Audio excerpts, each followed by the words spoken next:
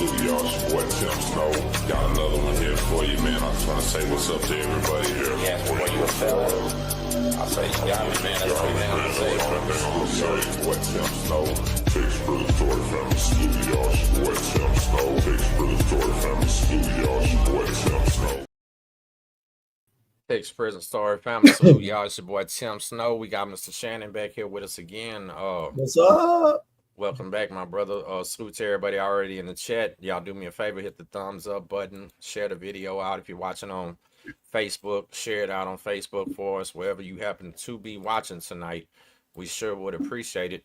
We're gonna do a little talk tonight, but we got a big surprise for y'all, like a big surprise. It's gonna be a hell of a accomplishment here for my man Shannon. I'm super proud for him, so I want y'all to stand by, make sure you catch that too. But we're gonna do a little bit of talk about inmates and mental health, and some people can't handle it, some people break, some people handle it just fine. You know, Shannon right here himself did what you did 8.5 years in the hole. Yeah, and administrative segregation, which is pretty much solitary confinement. Yeah. So first of all, can you describe to the people that's never been in administrative segregation, including myself, the rules it's supposed to be 23 and 1, right? Yes. How often 23 did it hours a day in the cell, 1 hour of rec by yourself, a shower, and back in the cell. It's what it's supposed to be. But more often than not, you're doing 24 hours a day locked in a box. So that was my question that I was going to want you to talk about. How often was it really 23 and 1, and how often was it really 24/7? Woo, man, more often than not. Well, more often than not, the majority of the time, you're not getting no recreation. You'll be lucky just to get a shower because they always pull that short of staff card, or they'll go around early in the morning at shift change, like 6 a.m. when a lot of people are crashed out because you ain't got no jobs or nothing back there. So you keep all kind of odd hours. A lot of people are on the night train, night owls, all kind of crazy schedules because you ain't got nothing to do. You don't have nothing to schedule. So they'll go around at 6 a.m. And if you ain't awake, like standing in your door, they're going to write down VR, which means verbal refusal. They're going to say they asked you want rec in a shower today? And if you don't respond, and they'll say it real low if you're asleep, rec and shower, rec and shower, rec and shower. If nobody sings out, you dead. You ain't getting nothing. Yeah. Right. So that's exactly how it was in the federal SHU. I ain't gonna lie. They would do the same thing. You'd have to be at that door. You'd have to be ready right then. And guess what? Even if you told them that you wanted to go, when they pass by your door, you better be standing at attention like a soldier. I mean, if you're even taking a leak, dog, you just misdirect. You know what I'm saying? So a lot of that has to do with a lot of the problems that people are cracking and shit like that back there too. But so we wanted to talk too a little though about mental health, and the situation, honest to God, is how a lot of people end up in prison. You know what I mean? A lot of us were dealing with things that put us in them situations, whether it be drug related, whether it be abused children, just growing up in rough neighborhoods where it was dangerous, things like that. How many people, so I'll say it after you say it, but you did a lot more time than I did. How many people do you think landed in prison just basically due to mental health, brother? Whether it be like bipolar, anger issues, things like that. Like how many? Bro, it's got to be a lot, man. I would say it's a majority. Over 50%. If I was to put a guesstimate out there, I'd say at least 65% probably have some type of condition, some type of mental instability that could actually be classified if they were to see a professional. And like you said, a majority of prison comes from low income, socioeconomic backgrounds, to put it in the political sense. We come from poor neighborhoods, man, from the hood or whatever, and we go to rough schools, and our whole conditioning is like that. And so it sets us up to go to those places. Like we're almost groomed to go to these places. And for the more cynical minded people, they say it's deliberately set up that way because prison, and especially prison in a state like Texas, where inmates don't get paid. I mean, in every definition, it's slave labor, bro. it's slave labor because they will punish you increasingly if you refuse to work for them and be productive for them, but they're not going to pay you if you do work for them and do a good job or anything else. So it's operating on slave labor, and they want to keep it alive. They want to build it as big as they can, what they call the so-called prison industrial complex, right? Yeah, yeah. So I ain't gonna lie, the closest thing that I've ever seen to an inmate getting paid or whatever would be maybe a cool boss man and let you steal something or something. He knew you did it. Right. Get some That's it. food out the kitchen, or they That's might it. go Yeah. get you a Johnny Sack made in the ODR if you're lucky, which be a Right. good sandwich, Maybe something grab better you a for you. piece of cake out of there or something like Yeah, that. You know what chicken I'm patty. saying? Everybody A, loves chicken patties. a chicken patty. You ain't lying, dog. So listen, people do a lot of crazy shit in prison for a chicken patty. You know I'll what? tell you, boy, I used to call them chicken nuggets. They're terrible too. It's the lowest quality chicken patty. Like, man, you know Yeah, what? For a long time, when I got out, people was talking about Chick-fil-A and how good it was and all that. I said, I ain't going to Chick-fil-A. Ain't no way in the world yeah. I'm going to a restaurant to eat a chicken patty. And they're like, Man, no, it's not. to this day, there is no ramen noodle soups are not allowed in my house, and neither are pancakes. Okay, I'm So my, serious. my homeboy Big Body, shout out to my homeboy Big Body from Brian. He said the other day he'll never eat another pancake a day in his life, dog. Never, never. Never. No, Yeah, horrible. Yeah, horrible. But I ain't even gonna lie to you. Listen, me myself, I've said it on this channel a lot, man. I'm bipolar as hell, dog. I'm like literally yeah, bipolar. Like, and I think me being bipolar is part of what maybe uh so I ain't gonna say kept me safe or kept me going in the hood or in prison or whatever. But sometimes my own friends won't know which Tim is popping out of that cell and coming in the day room that day. Is this that right. cool ass Tim that likes to want to go play Scrabble, or is this that aggravated ass Tim today that might really look for a problem? But I was like that before I got to prison, right? And I think Okay, so. I went to prison first time on an aggravated assault with a deadly weapon and a retaliation on a witness. And here's the crazy part: I didn't even know them people, bro. I still to this day don't know the people. You know what I'm saying? Like that was me yeah. tripping out. That's why once I got out, I never had no beef with the so-called victims. I never had no issues with them or nothing. I Like, realized that was over. Yeah, that was done because that was me tripping that day on some people. You yeah, understand what I'm saying? Like them yeah, people didn't really, not necessarily saying that they weren't doing nothing, but at the same time, I probably went a little overboard. You understand? And yeah. that's For sure. my mental condition that done that. And still to this day, Yeah, Shannon, I admit it. I don't have no shame in admitting it. That's why you don't see me making a video every single day like other YouTubers. They make yeah, 2 or 3 a day and all this other shit. Some days I wake up and I don't feel like doing it.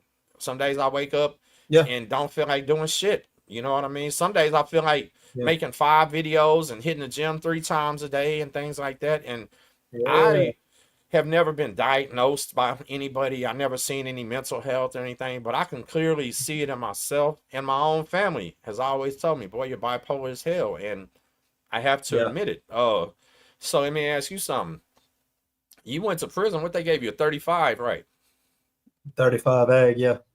35. So when you went to prison, excuse me for a second. So when you went to prison on your 35 egg, do you feel like you was dealing with some personal issues also, or was it? I mean, like, were you normal and just happened to go to prison? Like, Absolutely.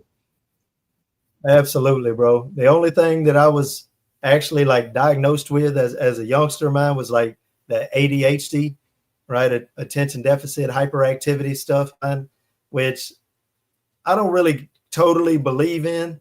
You know what I'm saying? I think it's just another way to get a lot of kids on medications. And I don't mm-hmm, trust pharmaceuticals. There's a reason it's the biggest industry in America. They're always trying to peddle something. So I don't like them and I don't trust them. But I was diagnosed with that as a kid. But what was more detrimental to me, more of a downfall, was anger, bro. Man, I was angry, man, and I like was angry anger a long management time, man. I got situation. I got incarcerated the first time when I was 14 years old, bro. I went to TYC, and man, I went to boot camp and state school, and man, ever since then, man, all through my life, and especially when I got that 35 ag, man, I was indicted on capital murder. when I was a 17-year-old kid, man. I turned 18 years old in Harris County Jail, and I got to prison when I was 18 years old, and I got sent to Garza West first, and for about 10 months. And man, Garza West was rocking, bro. Rocking on the foundation, man. We still had canned goods and everything. People getting their heads split open. It was violent, bro. And I got what they call these days G4. Back then it was just called medium custody. I got put on medium custody for punching a field officer in the mouth. You know, that's what you went for. You didn't tell me. You never told me that. You didn't tell us that's what happened. Did you really? I did, bro. Because the thing is, man, I was 18. I'm young, relatively small white dude, man, in prison. Feel like I got to prove myself every day. And man, like my regular field officer, the dude was an old school. He was cool, treated me like I was his long lost grandson or something, right? And I used to always fall back and do the spot chopping in the fields, right? That was my gig. And man, he was out one day and we had a substitute field officer, pulled us out. We got out there, we got to hitting on it. I fall back and I started spot chopping and he started beefing. But man, get your ass back in line, man. Who you think you are? Rah, rah, rah. And man, I'm not trying to hear all that, man. I was like, we argued for a minute, then I chunked my Aggie. I chunked my Aggie down. And I was like, F you, man, this, that, and the other. You can send me back in, man. I ain't trying to hear this. And man, he didn't send me in. He just made me walk behind the crew all day, sweating in the sun, just talking shit until we went in. And we went in on the back dock. Everybody has to strip out completely, get out of everything, let them shake down your clothing to see that you ain't got nothing on you. Then they give your clothes back, get dressed, and get in line until everybody's done. Well, he made me get in the back of the line. And then when I finally got up there, the fool took all my clothes and threw them in a mud puddle. Yeah, threw my stuff in a mud puddle. And I'm like, serious? Yeah. And I'm like, boy, you got me messed up, man. I ain't the one. So I put my boxers on and my boots, no socks, no nothing. And he's just standing there like, yeah, whatever. You ain't talking about shit. So man, I got boxers and boots, bro. As soon as I got my boots on, I walked right up to him and punched him in the face. And then all the other field laws were waiting because they seen it building up all day.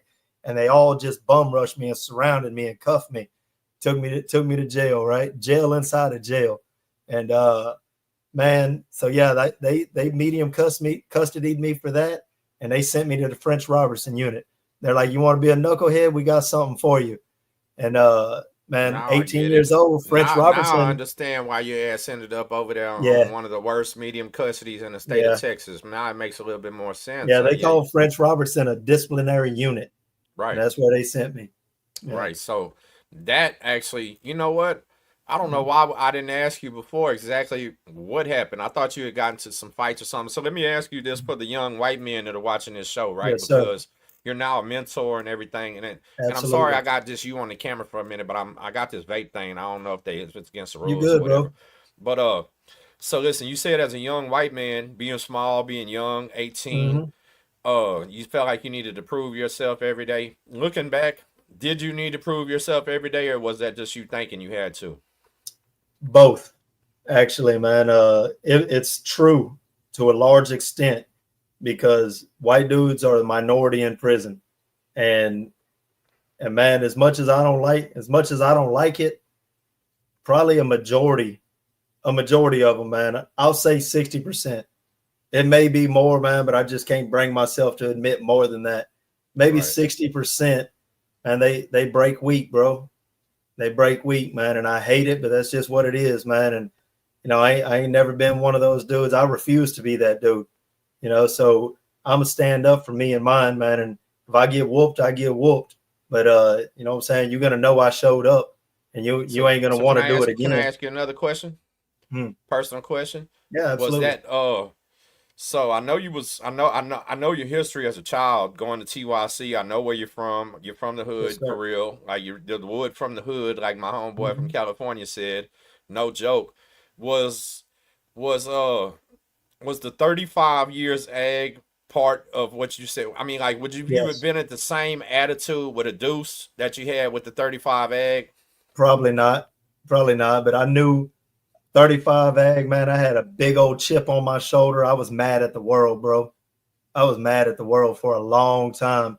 And then what made me even madder and made me kind of bitter is the fact that, man, my lawyer told me, like, off the record, on the cool, under the table, like, that I could beat my case, that I could walk free on this charge. But my price tag was $75,000 up front. And man, like I said, I don't come from no money. You know what I'm saying? I ain't never even seen money like that. So, and I was dead in the water, man. And just knowing that my freedom had a price tag on it, you know, man, it made me bitter, bro, for a long time. And man, more often than not, the thing that I used to hear the most my entire life growing up is, man, dang, Shannon, man, are you ever going to learn to think before you react? Because something would happen. And my first reaction is to use these, you know, because that's kind of what I was taught. You know, this is what we call the universal language, man. This is what everybody respects in there. It ain't really right, but that's what that's what they respect in there, man. So that's listen, what without elaborating, because I don't want to discuss it. What did I just tell you I had to do last night? And I really didn't have to necessarily do that, but that's just kind of what I was taught in my first natural reaction also. And I got to get over that as a man and as a father. And so here's the next question for you. And it's I got a bunch of questions for you tonight, because I've been thinking about this today, and you're very good at answering them in detail. Now, listen, y'all, stay tuned, because we have an exciting announcement tonight, considering for Shannon and his future here. So please stay tuned. Make sure you tap in. But we're gonna go through it a little bit before we talk about it, right? And good stuff. I'm 100% behind this man and what he's got going on. And matter of fact, it was kind of my idea what they're doing. And I think because I thought he was the perfect person that could do it, he's the person that will be able to do it properly. He's got the support system as far as his woman and her friends and the right people in the right places and things. So this is going to be excellent, right? This is going to be excellent. Coming home, you spent time in prison. And at the last of your bid, being a mentor, right? So I noticed for sure, because I knew about you and who you were before you came home, dog. She was talking about you for so long. Like, that woman was bad in love with you before she ever met you, bro. I promise you, and I'm not kidding. Like, I don't know if I told you that. I think I told you that one time, but that's not a joke. Like, you had her sprung before you ever. This dude's game must be good. I ain't gonna lie, y'all. Because he had this woman in love for real, and she's in love now, and he loves her, and now they're together. She's sitting right next to him right now. Let's probably laughing because I'm saying this, but I'm telling on it, right? But for real. But so listen though, she laughing. How does a man go from just thinking about and solving all problems with these to now being a mentor, trying to tell kids not to do that? Man, bro, the biggest thing for me. And that never changed for me until I turned about 32 years old. When I turned about 32, somewhere in my 32nd year, I started finally getting that split second to think about, like, man, I've already done this so many times. I know where it leads. If I'm getting mad or frustrated or angry at what somebody's saying or doing, you know what I'm saying? If I open my mouth and say something about it and the fool pops off and says something disrespectful back, at that point, I feel obligated to follow all the way through to whatever conclusion may be, because I opened my mouth. Whereas if I would just bite my tongue and not open my mouth in the first place, I could just let it slide, man, brush it off my shoulders. Like they say, small things to a giant, right? And it was little phrases and stuff like that helped me, little mottos and slogans, you know, shake it off, small things to a giant. You know, you're beneath me. And you ain't worth my time, bro. You know, I'm on something different over here. As long as you don't actually put your hands on me, I don't really care what you're talking about. Because when I started mentoring men, I used to tell them all the time, whenever they come to me and they're upset or bent out of shape about something that's going on with these other cats in the day room, I tell them, man, first question, do you respect that person? What? Respect?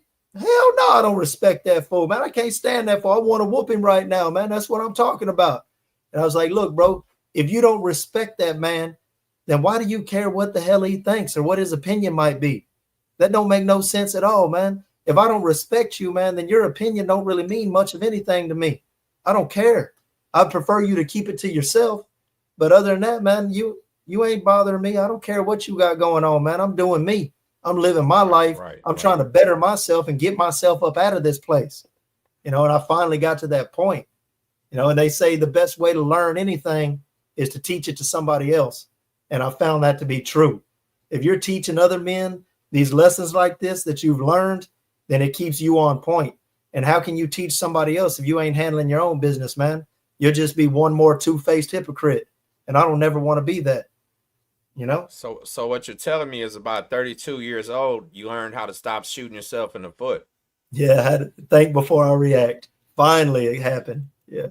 Well, why can't I do it at 44 yet? What the fuck? I'm still crazy, dog. I'm still bipolar. I'm still dealing with anger issues and things. And you know what's a blessing from God was my daughter, bro. Because listen, I'm not proud of this, right? But anybody that's from where I'm from know I have shot some people. I have stabbed some people. I've been in so many damn fights. It's unbelievable. And I'm not talking about prison. I'm talking about free world type shit, right? Life. Like this is but it was a lot of it, bro. A whole bunch of times. All that shit could have been avoided by me just not giving a damn what they think. Yes, sir. Who gives a fuck I learned what they one say? thing.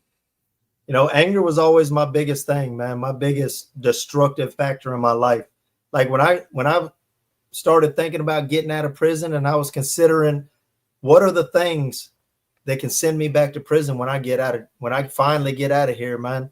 And for me, it's not really drugs and alcohol and stuff like that, man.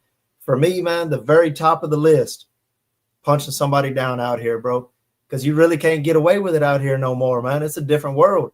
And I learned that lesson from a couple of my friends that I used to talk to on the phone before I got out. Got one homeboy in the oil field. You think the oil field roughnecks, right? Like they might still be able to dust up out there and get away with it. No, sir, no dice.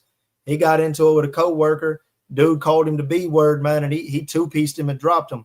Dude got up and went and told the boss and got him fired. Big money job, lost it. Not only that, but he took it upon himself to press charges. You know what I'm saying? Man. I got another homeboy was working a plumbing job at SpaceX, Elon Musk's rocket ship building company down in Brownsville. Everybody there makes good money. Big bank, man. He got into it with a coworker, didn't even punch on him. He just checking the fool, man, and got to poking the fool in the head like we do, using our finger. Bam, bam, bam, bam. Talking that mess, man, checking that fool, right? Shit, they sent him back home to Houston, man. He said that one action lost him about $40,000, bro. Losing control for that one moment. So I had this on my mind. I was like, man, I can't do it, bro. Can't do it. You got to keep your hands to yourself out here, man. Yeah. So listen, without going into heavy detail about it, because we never really discussed this, obviously you went to prison on a capital murder case. Was this capital murder case spontaneous? Was it something like that? Was it something, was it just an anger issue between somebody? I think you had a codefendant or something like that. Yeah. Surely did y'all plan this shit out or whatever? It was just a deal gone wrong, bro. We pulled up over there to sell some firearms, man, and man, homeboy, my boy's intoxicated a little bit, man, and he's showing out, man, and he's cocks the slide on the shotgun, man, and the shotgun discharges, man, and strikes that fool in the throat.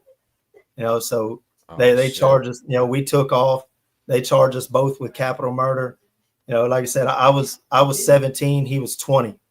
So yeah, he's still in prison right now because in county jail, man, he, just to be blunt about it, man, he got him some jailhouse religion for a little while, for a hot little minute, and got him a guilt trip, a guilt complex, man. And he went and pled guilty to first-degree murder and signed for 50 years aggravated. He's still in there right now. So let me tell you something. That sucks, dog. That sucks because, once your co-defendant pleads guilty on the fucking shit, now you're pretty much. To trial. You're dead now, dog. You know what I'm saying? You're with him. He was supposed to go to trial, bro. I'm sitting there waiting on trial, and you know how I find out? In Harris County, you used to have to clean up the tank in the morning time, sweep and mop and all that. Yeah. And then they would give you all the newspaper. Yeah. Well, we get the newspaper and some cat pulls up on me like, say, bro, they talking about you in the newspaper, dog. So I look at it, and yeah, they mentioned me, but they talking about him signing for this 50 years. You know, and I'm like, what? That's how I found out. But I still went to jury trial, man. I'm not plea bargaining for nothing. Matter of fact, the only plea bargain they ever offered me was that same 50 years that he signed for. That is the only offer I ever had. You know what I'm saying? And they only offered that to me on the day that I went out there to pick my jury. So I went to jury trial on a capital murder rap at 18 years old in Harris County with no money.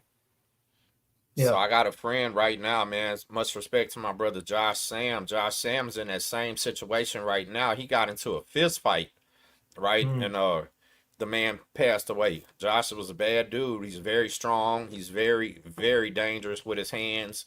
And yeah, he's liable to take somebody out just by punching them too damn hard. And he did. Right. You know what I'm saying? So and he don't have no money right now. Public defender, dog. He told me they offered him 35 years, and he said no. And I told him, bro, you should probably take it. He said, man, I'm already 44.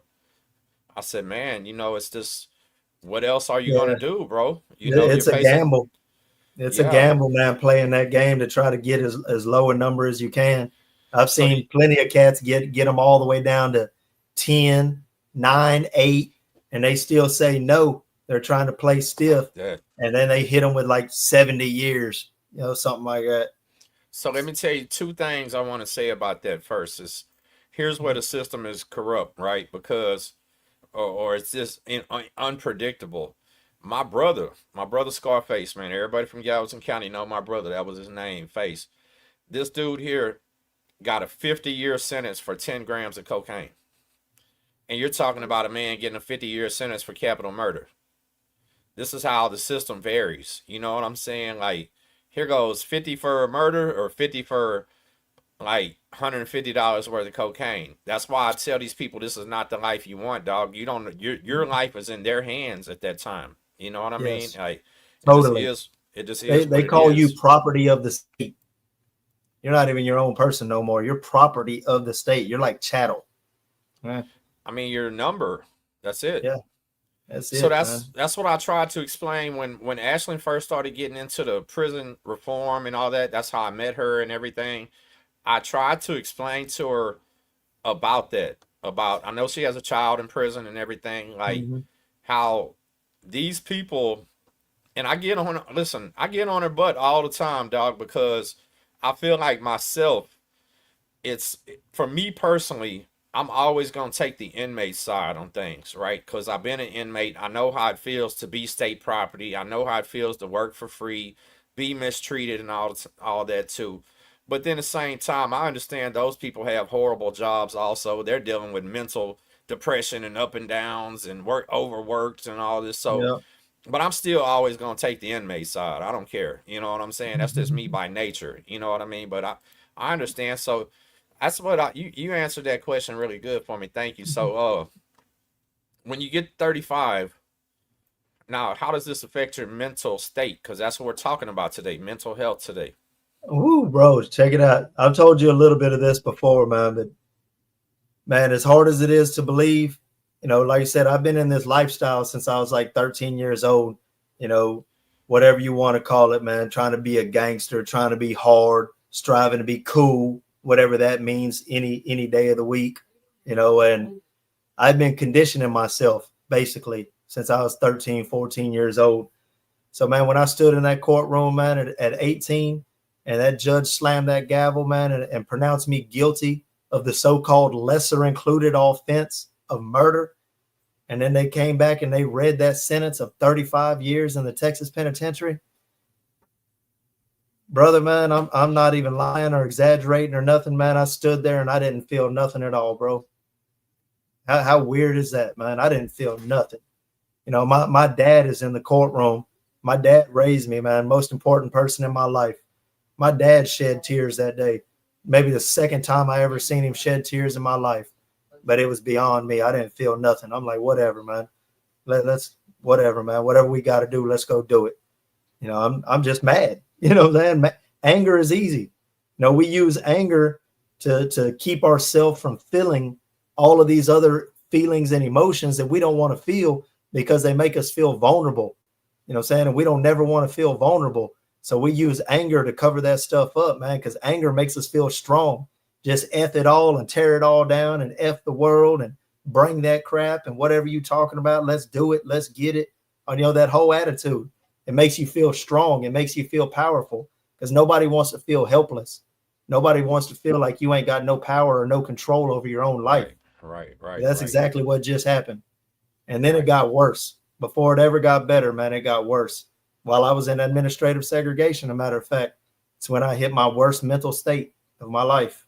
I mean, can you talk? So this is all about, this is not the life you want, Shannon, and this is going to parlay into, listen what I'm telling y'all. We have a big announcement coming for this man later that's very important. So you got to understand who he is when you're watching this. And we got about 300 people watching right now. Y'all do me a favor, if you're watching live on YouTube, double tap the screen for us. Double tap the screen if you're watching live on YouTube. If you're watching on Facebook, share it out for us, hit the thumbs up and all that. But can you explain to him what you mean it got worse before it got better? Like, tell him what you, like, really what you experienced, man.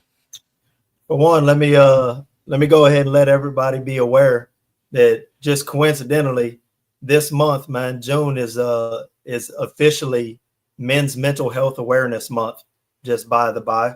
So while we're on the topic, man, so I got segged pretty early in my sentence, man. I went straight downhill. From the moment I got in the door, man, it was all downhill. I was on Garza West for like 10 months. I told you before, man, I was in 3 riots on Garza West in that 10 months. I got put on medium custody. They shot me to French Robertson unit, pulled up on medium custody, which was the most rockinest place on the unit.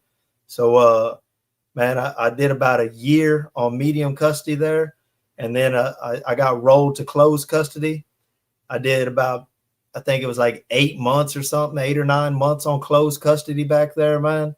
And then they came through and they segged me for being a confirmed gang member in prison, you know, under STG sticker. So, man, and I didn't have no tattoos or nothing like that. They confirmed me through stupid crap. People getting caught up with rosters and all that other retarded stuff that they do in there, man. Like, how smart is that? When you think back on it, man, like, how smart is that? But anyway, so I get segged for other people's mistakes, even though I wasn't living right and I was a gang member and all that. But I get segged for this, man. So I go into seg, man. I'm like 20, you know what I'm saying? And, man, it's a real common statement that you hear in prison quite often. People will say something along the lines of, man, and it's usually a mom, because more often than not, it's the mother that raises the children, man. Your mother is your nurturer, man. Your mother is your person. That's the person always there for you, who you can trust and depend on, and who you know loves you, right? But for me, man, that person was my dad. But most people will say something like, man, I don't know what I'd do if my mama dies while I'm in prison, bro. Man, I'd probably go crazy, man. I'd lose my mind. Common sentiment, man.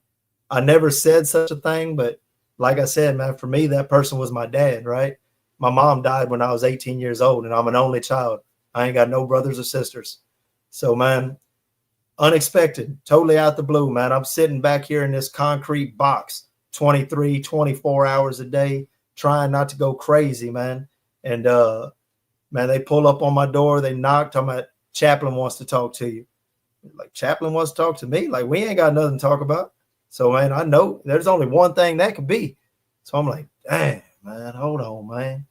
So they shackle me down. They roll the door, and they take me to the chaplain's office. And sure enough, man, they found my old man dead, stretched out on the bathroom floor, man. It's 47 years old.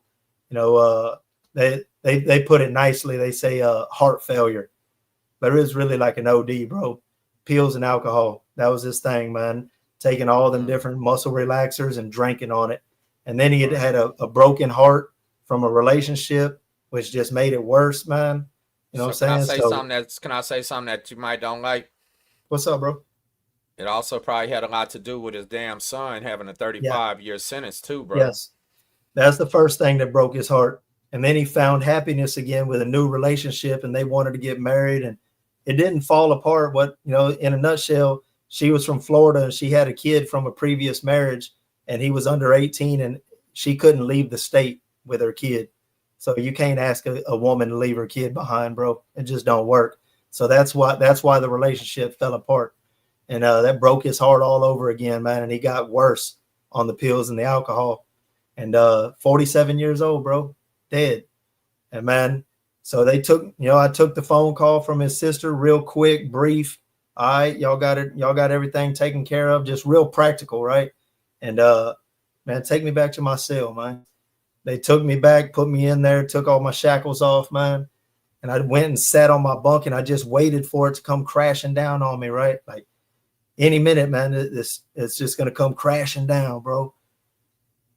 And man, it just didn't, bro. Like, man, I felt like sad, vaguely, but I couldn't feel anything deeper than that. And so man, after a little bit, man, like, I don't know, an hour or two or something, man, I started getting mad, right? Because like I said, anger is easy. Anger is our go-to. So, man, I started getting mad, man. I'm like, man, what the hell is wrong with you, bro? You can't even shed a tear for your old man. The one person in your life that was always there for you. And it made me feel ashamed of myself, bro. And that made me even more mad, right? Because, again, I don't want to feel that. So I just get more mad. I'm pissed off. I'm like, man, what are you doing to yourself, bro?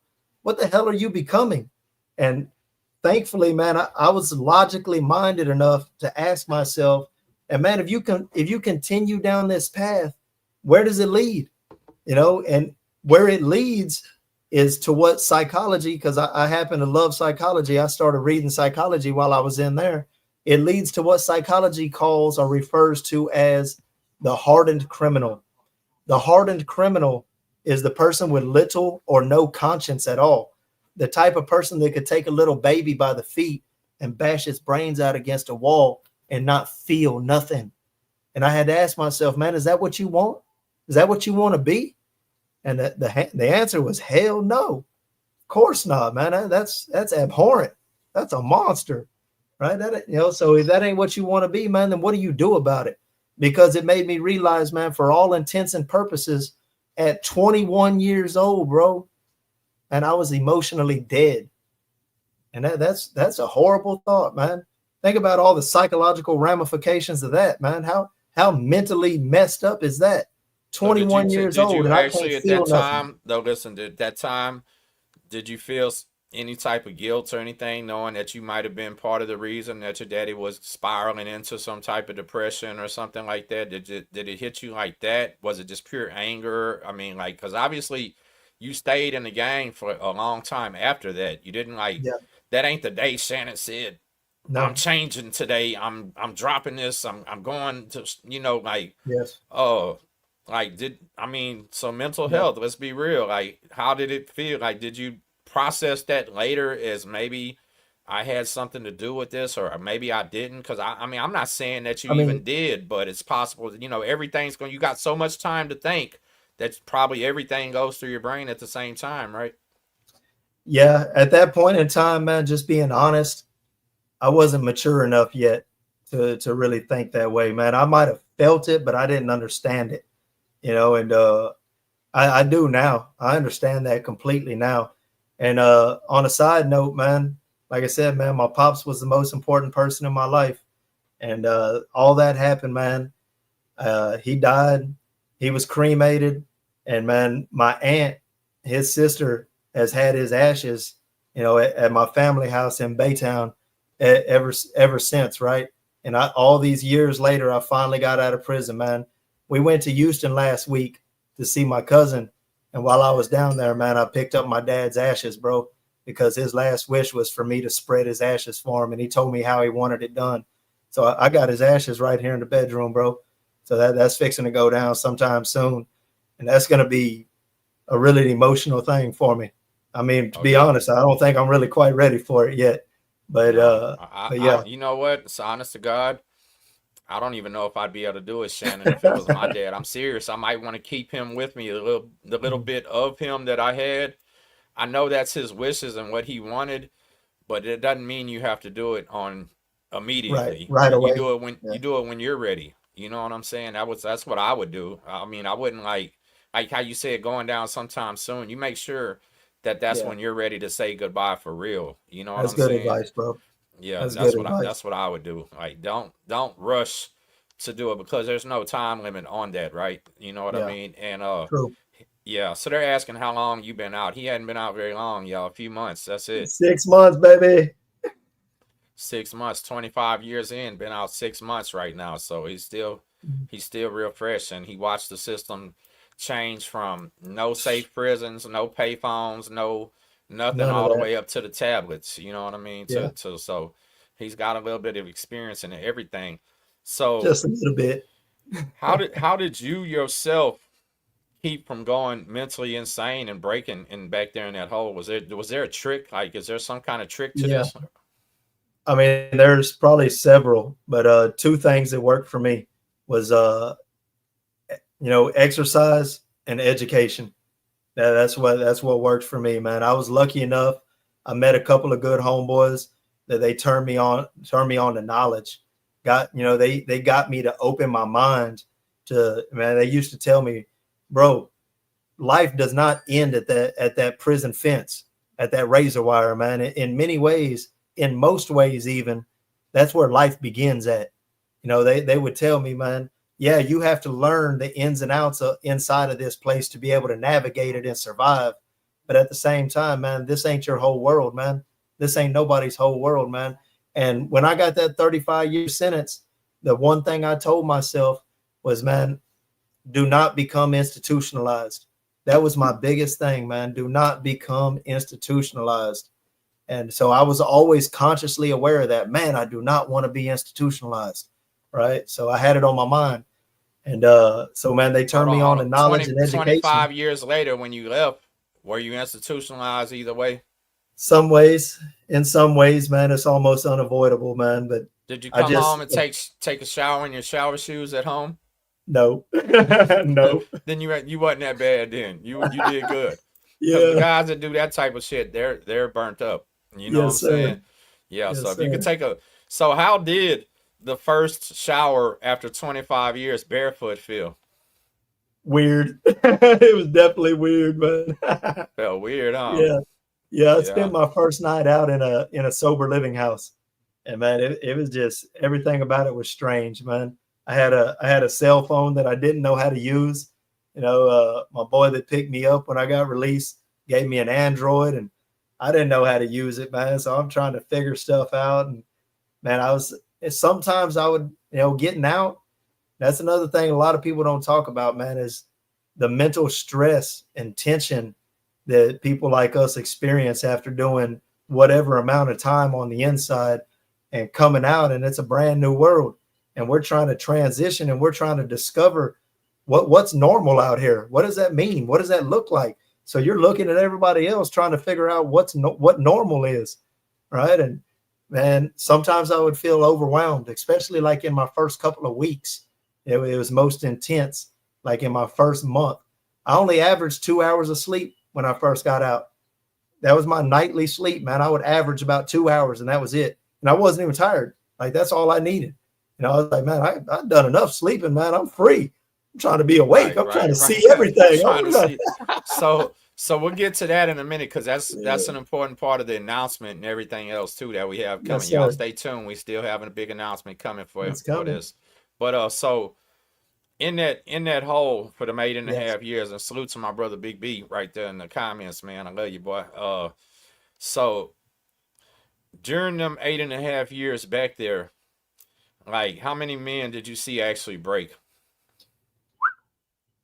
Brother, and tell man, them what breaking means. When I say how many men did you see break, explain to them also, because a lot of the viewers are family members here, bro. We got some convicts. We got some certified convicts I see in the comments that I know. And excuse me for not acknowledging the comments, y'all, but I am reading them and we're paying attention. But we're on something deep tonight, so we're not gonna like go comment for comment. But how many men did you see break, and tell them exactly what you consider breaking? Man, my personal estimate from 8.5 years back there, man, I think something like 80% of cats that spend more than a year in administrative segregation, it breaks them mentally to one degree or another. And that's everything from, they'll have small little quirks, be just slightly throwed off, as we like to put it. Just kind of weird. They'll gaze off in the distance. They'll lose their train of thought. They might, OCD is really bad back there, man. People that they cannot relax. Like if they see one dust bunny on their floor, that they cannot rest. It'll drive them crazy. And it gets so, if everything is not put in its exact place that it's supposed to be in, they cannot relax. Like OCD to the extreme. You want to see some really clean cells? Check out some of them cells in administrative segregation. Man, they clean them boys top to bottom 2 or 3 times a day. Right? Scrubbing down the roofs and shit, huh? Yes, sir. Like seriously, honestly, for real. Yeah. And that's relatively small stuff. On the other end of the spectrum, man, you got people that have completely lost their minds, completely mentally broken by this place, man. And bro, I'm talking about everything, man. I've seen so much stuff back there, brother, man. I don't even know how much I could even say on here, bro. But I've seen guys that smear their feces and stuff all over their self, all over their body, all over their cell walls and stuff, use the restroom in their sink, never flush it, piles of dirty laundry in their cells. Man, there's people back there that bite on themselves and cut on themselves. I've seen several guys cut on themselves, man, and die. And they just drag the dead body out of the cell, man, and roll it on the gurney, and go on about their business. Send a couple of SSIs in there to clean it up. I've seen, man, one of the worst ones, man, that pissed me off for a long time is there was this, we call them psych patients in there. That's just the lingo. There was a psych patient guy, and man, he's telling the officer he had some type of problem, and he's trying to speak to the officer about it. And the guard tells him, man, like, F off, like, I don't care, I'm busy or something. And the guy threatens to cut himself. He's like, man, I'll cut myself if you don't call me a sergeant, or if you don't help me, man, I'll cut myself, I'll kill myself. And the guard tells him, man, I don't give a damn. A matter of fact, you won't do it because you're a P word or something, man, whatever you want to call it. Daring them to do it.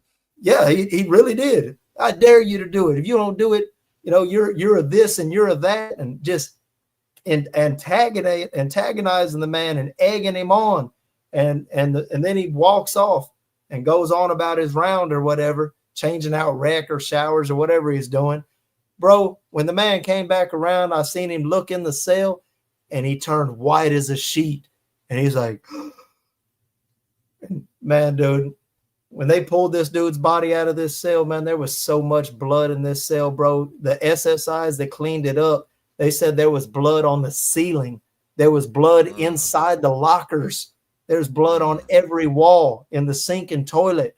The man had cut the artery in the fold of his arm, and it just shooting blood out across the cell. And man, they pulled this man out. I watched them drug this man on the floor in a river of blood, slid him out, and rolled him on the gurney. And they say he bled out and died on the way to the hospital, which he probably died on the unit. But that's how they always put it. They don't never admit that they died on the unit. They always say he died en route to a hospital. That's their little cover yourself type stuff. But, I seen that. There was guys, man, they would stick stuff like up inside of themselves.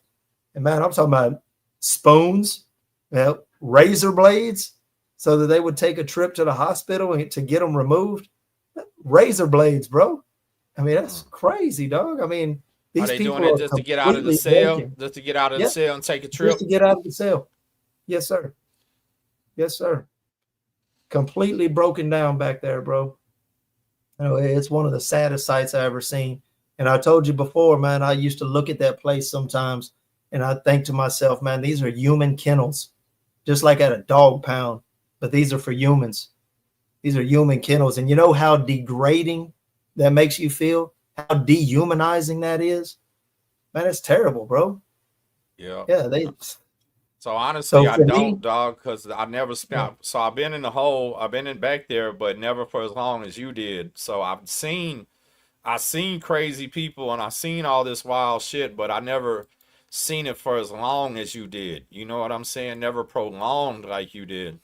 There's another cat, man. All BS to the side, man. Man cut off one of his testicles, man, and rolled it under the door out onto the run. Talking about don't need that no more. Real talk, serious. They come and picked it up with a glove and put it in a plastic bag. What did they do to him? Was he on the way to the hospital after that, or they just letting him work? Yeah, no, he went to the hospital. And so for me, man, I worked out every day for like 2 or 3 hours a day, bro. You know, that was my catharsis, man. That's how I got my stress out. Like, dude, I probably might not have kept my sanity if I didn't work out like that every day. You know, there was times I'd do 1,000 push-ups a day, 20 sets of 50, you know, plus all the other exercises that go with it.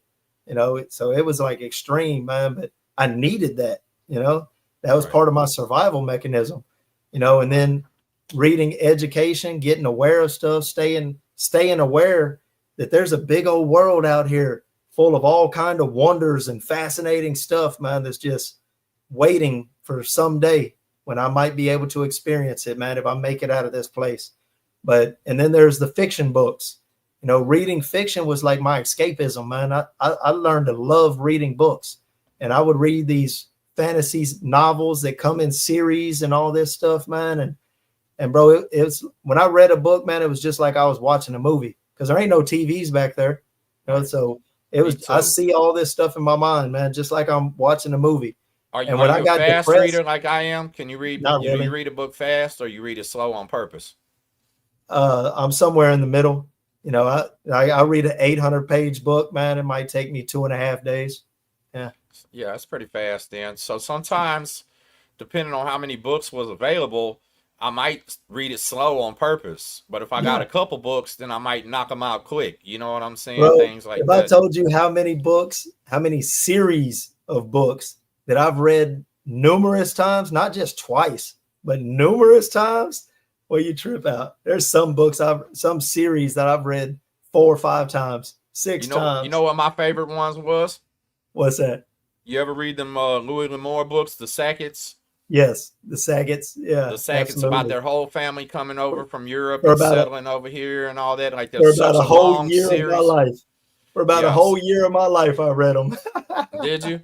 There's so many of them that you can really escape, and you feel like you're traveling through history and time with his books. They did. You know the thing about Westerns, bro? The thing about them Western books, man, well, they make me drink a lot of coffee because like every other page they're making a pot of coffee. And I'll be like, hey, man, I want a shot of coffee too. So here's my next question, and inmates will get this one. You got to probably be a convict. Remember them long arm books? Yep. Oh, Slocum. Long arm was about as close as you was gonna get to some pornography. It was a cowboy book, but he was always gonna get it in about 2 or 3 times during every book, right? That's like a cowboy penthouse novel. Real talk. And he would play with them corn cobs. That's what tripped me out. Long arm was a corn cob user. It was crazy. So we ain't gonna say too much because we don't want to get this one struck. Yeah. But so you told me earlier. So for one thing, I'm gonna say is what you said about the working out. What I tell you, I was at earlier at the gym today, right? You've been at the gym getting it, boy. Well, that's what I've been doing too, bro, because I've been going through a lot of shit right now mentally. I did have to quit my job this summer so I could take care of my daughter. You know, I don't really have dependable child care, nor do I trust too many people with her anyway. You know what I'm saying? So no, I've been dealing with a lot of emotional ups and downs right now, and that goes to what I told you about last night, how I almost ended up going back to prison myself last night, man. I'm sad to admit that, right? Like it got to the point where I could have got killed last night or went back to prison, tripping. And that was me tripping. It was a high risk situation. Yeah. And that was me tripping, dog. I could have did exactly what you said, Shannon. I could have just kept my ass in my house and not said a word. But unfortunately, I was in a bad mood. I was feeling like that bipolar type of shit going on, and I was feeling disrespected. When in reality, what do you say in there? Hey, if it ain't happening in my cell, then it ain't my business. And it wasn't happening in my house. And I later felt goofy about the whole situation. I mean, I feel like I needed to do it at the time, and I wasn't wrong. But then later, I also realized that was way too big of a risk that you were taking. You know what I'm saying? Let me go outside and go to jail while my daughter's asleep. Now what happens? CPS got to come get her, dog. Woo! Yeah, that's a dreadful thought, bro. That's a dreadful thought. Absolutely. Let me share one other thing on not on that topic specifically, but on anger, which is part of bipolarism. One thing that helped me, it may or may not help you or anybody else, man, but it made a difference to me. I took that CIP class on the inside, cognitive intervention program. I took it twice because I enjoyed it, and it has a lot of good information in there. But there is one simple thing that helped me with my anger, bro. And like I say, it's so simple, but it just, for some reason, it made something click in my mind and I understood it better. And the statement is, you do not have to act the way you feel. It's one thing that you feel a certain type of way. You're bent out of shape, upset. You may or may not be justified, whatever the case may be. Okay, you feel this way. That doesn't mean you have to act that way. Those are two different things, bro. And for some reason, man, that made a difference to me. You do not have to act the way you feel. That tonight. I needed to hear that tonight, brother. Real I appreciate it. So listen, you told me a story earlier that I want you to tell them to show them how bad some men break. It was the visitation story and all that type stuff. Can you tell them about that? Yes, sir. Man. So I'm sitting back there in SEG, man, and I'm seeing all of this stuff like I'm describing. And man, I think I've done seen it all. Like none of this stuff really shocks me anymore, man. I've been desensitized to it. Oh, not to mention that the whole place smells like feces, because that's another thing they do back there is they chunk their feces and urine and stuff on inmates or guards, whoever they're mad at. That's another thing they do. So the whole place smells like that. It's horrible.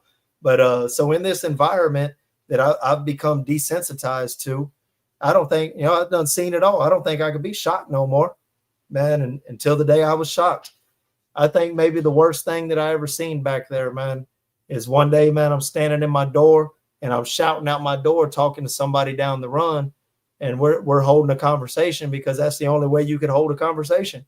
And there was a guy that lived at the end of the run, man, and he was what we called a psych patient. He was mentally broken, and he was kind of bad. He was one of the ones that would smear feces on himself and on the walls and, all that stuff there, man. He was all the way out there, right? All the way cracked. And, man, two guards pull up and out of the blue, man, they say this man has a visit. So, man, they put the cuffs on him and they escort him off the wing to take him to visitation. Like, okay, whatever, not my business. I carry on.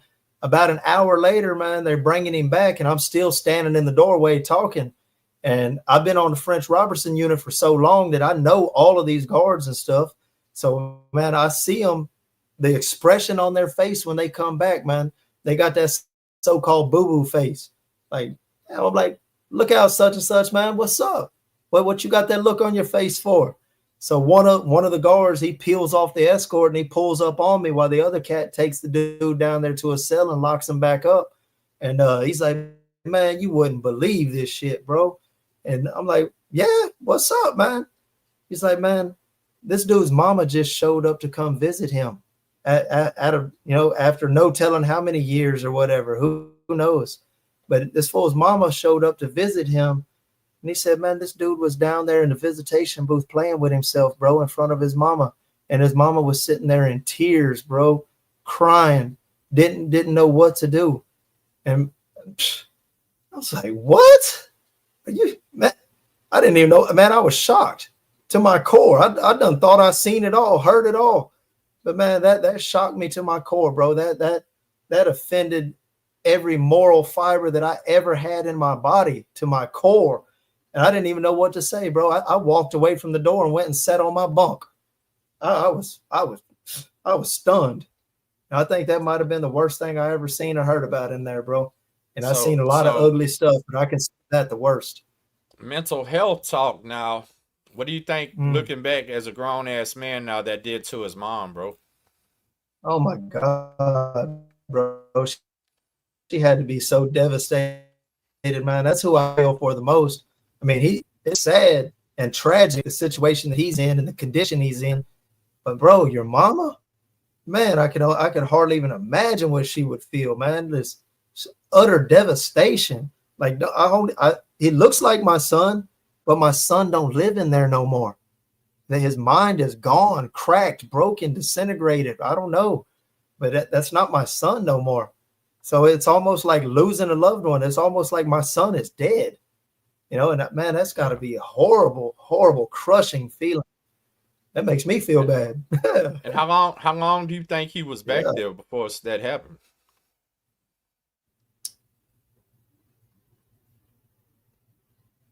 Probably more than 2 or 3 years for sure, but I don't know how much more after that. I couldn't really say. Yeah. But at least a couple years back there. Yeah. Yeah. Some people break fast, some people break more and more over time. It's different for different people, man. You have different types of resilience, depending on mental states and conditioning and background. All that stuff comes into play. Yeah. So I have another question here, and don't forget, y'all, we have an important announcement coming. Y'all stay tuned. Don't nobody go nowhere. So listen, while you're back Please there, stay tuned. yes, please stay tuned, and we're gonna promote that more too. Don't worry, but we're not gonna stop because I fully support what they fixing to do. But listen, man, back there, while you're confirmed gang member, STG, and all this type of stuff, was there a time where that kept you going too, where you're like, I'm back here, at least I'm back here for a reason, like I got my homies, I'm here, this is why I'm here, like I understand it, like was that something that helped you going, but at the same time at the end kind of helped you get away from it too? Yeah. I had that false pride, bro. I would think, yeah, I'm back here in SEG, man, and I'm sitting back here year after year, and it sucks. And they got this grad program and this and that, man. It's a way to get out of SEG, man. A way to renounce your affiliation and go through this program and get out of SEG and go back to GP, right? But I'm like, nah, I ain't trying to hear all that, man. I'm back here in SEG, but I'm not just sitting back here meal doing. This was my thought process. I'm not just sitting back here meal doing. I'm active. I'm running shit, man. I'm doing stuff, because just to be honest, man, for about 8 of those years that I spent back there, man, I had the keys for mine for the whole unit. You know what I'm saying? So I was highly active, and I was always had a lot of stuff going on, a lot of communication, a lot of kites flying every which way, and all this. And so I thought that justified me staying back here in SEG longer than what was strictly necessary, man. And looking back, man, that was still a level of immaturity that I hadn't gotten over yet. You know what I'm saying? Because I hadn't really realized fully. I did towards the end, but I hadn't realized fully, man, that if my loyalty is not being repaid in kind, then, man, they don't deserve my loyalty, bro. Loyalty is a two-way street. If I'm loyal to you, but you ain't loyal to me, man, then I don't owe you nothing, bro. All bets are off. That's the only way that it can ever be. But a lot of people, man, you see the tattoo, the word loyalty on hundreds of people in prison. So we hold loyalty. We put loyalty on this pedestal like it is virtue instead of anybody else's. You know what I'm saying? So, man, I had to learn that and realize that. And even after becoming aware of it, it's still so hard to cut ties. He's like, man, to the toe tag, bro, 100 and this or that percent. You know what I'm saying? It's forever and blood in, blood out. All that mentality, bro, is so hard to let go of because we've built it up like this shining thing in our mind when it's really not. You know what I'm saying? So we spoke on that before. So yeah, I stayed back there longer than I needed to. Listen, we spoke on that before. As I said, me as a young child, we grew up in the hood, man. We were poor. I grew up in one of them little wood houses where we didn't have enough bedrooms for everybody. The neighbors, I was blessed that I had a father and a mother, right? But most of the people in my neighborhood didn't. I had the house where they'd come eat dinner at and shit like that. Mom would welcome everybody if she could and things. But that's cool, bro, we didn't have much of an identity, right? Like we didn't have much of a nothing to be Yes. proud of, I guess is what I'm saying. Mhm. Like, and I think that's kind of what you're describing at that time was what you had to Your be proud identity. of while you're serving at Yeah. 35. This is my identity. I got the keys to this prison right now. I got all these people waiting to see what I got to say and how I feel about it. So I get it. You know what I'm saying? I totally Yeah. understand it. And people that didn't come up like that and maybe they had a different life will never quite understand why somebody joins a gang or why somebody does something like that. It's a Yeah. lack of identity of us as young men, period. You know, so Mhm. one thing I'll never understand, Shannon, is why older men would join a gang though, because at that time as an older man, I would Yeah, hope it's a that you little had an odd. identity. Mhm. What's the Yeah, oldest man you that's a ever little seen odd. yourself? Listen, yours or anybody else's. What's the oldest man you ever seen like come and get down with a family or do something like that? Like actually join, not just been Yeah, a member of it forever. right. Shit. Shit, I ain't gonna lie to you, bro. I'm pulling a blank. I don't remember any old schools getting down. It was always youngsters, Not right? really. Yes, Right, sir. Yeah, it's always youngsters, man. Yeah. right, right. So I was Yes, sir. I've explaining to seen them a one lot time of I did old a heads that have been in it all their life. Yeah. right, right. But listen, I was doing a video one time with my homies from California, and they were talking about these Texas gangs and all this shit, and I told them, y'all got to understand, we started all of them as young children. None of us were Yeah. grown men starting these gangs in Texas, period. We were kids that Nope. grew into it, like you said, been in it all your life. And that was the identity. And that's kind of what we were Mm-hmm. proud of because we didn't have shit else to be proud of. But you know what? Me later becoming a father, later having a Yes, child sir. became my new identity, right? Knowing that this daughter, this baby, has me to depend on and only me Yes, basically sir. to depend on, gave me a reason to no longer be a Yeah. crip, dog, to be this gang member, to do all this goofy shit. You know what I'm saying? Like, I guess just getting this identity, and I got a You part of feeling. the dad clique now, bro. Yeah, yeah, for real. I'm. So one thing I'm trying not to ever do is have that dad bod though. I don't want that dad bod. You know what I'm saying? I'm gonna stay working out. Man, I'm gonna stay working they out. try to sell me that stuff on the inside. Man, this is what's in out there now, man. This is what they like, man. It's that dad bod. I was like, bro, you're not selling me that hog, man. Yeah, there's a few of them that do, but not none of them that I'm interested in. You know what I'm saying? That's for sure. So, I think when you came out of that hole and you started mentoring people and you started telling them the right way, I think that's when you got your identity. Don't you? Do you think so? As a Yes. man, like you started realizing, oh, these people still look up to me like they did when I was gang leader, but now I'm in a positive way, right? That's how I Yes, feel sir. about it. Like what I You, do with this you YouTube, right what on I the do money. with this Facebook. Yeah, like that's when you You started right on the money, becoming the bro. new Shannon. Yes, you right on the money because just being honest, man, without trying to toot my horn or do no bragging or anything like that, man, I've been a leader all my life, bro. Even back in TYC, my whole life, bro, I've been a leader. You know what I'm saying? I'm always going to rise or climb the ladder or whatever you want to call it, right? It's just, I don't know. That's how I'm built. But, yeah. So when I started applying that towards something positive, man, like that gang identity and doing all that stuff, man, I refer to that as false pride, right?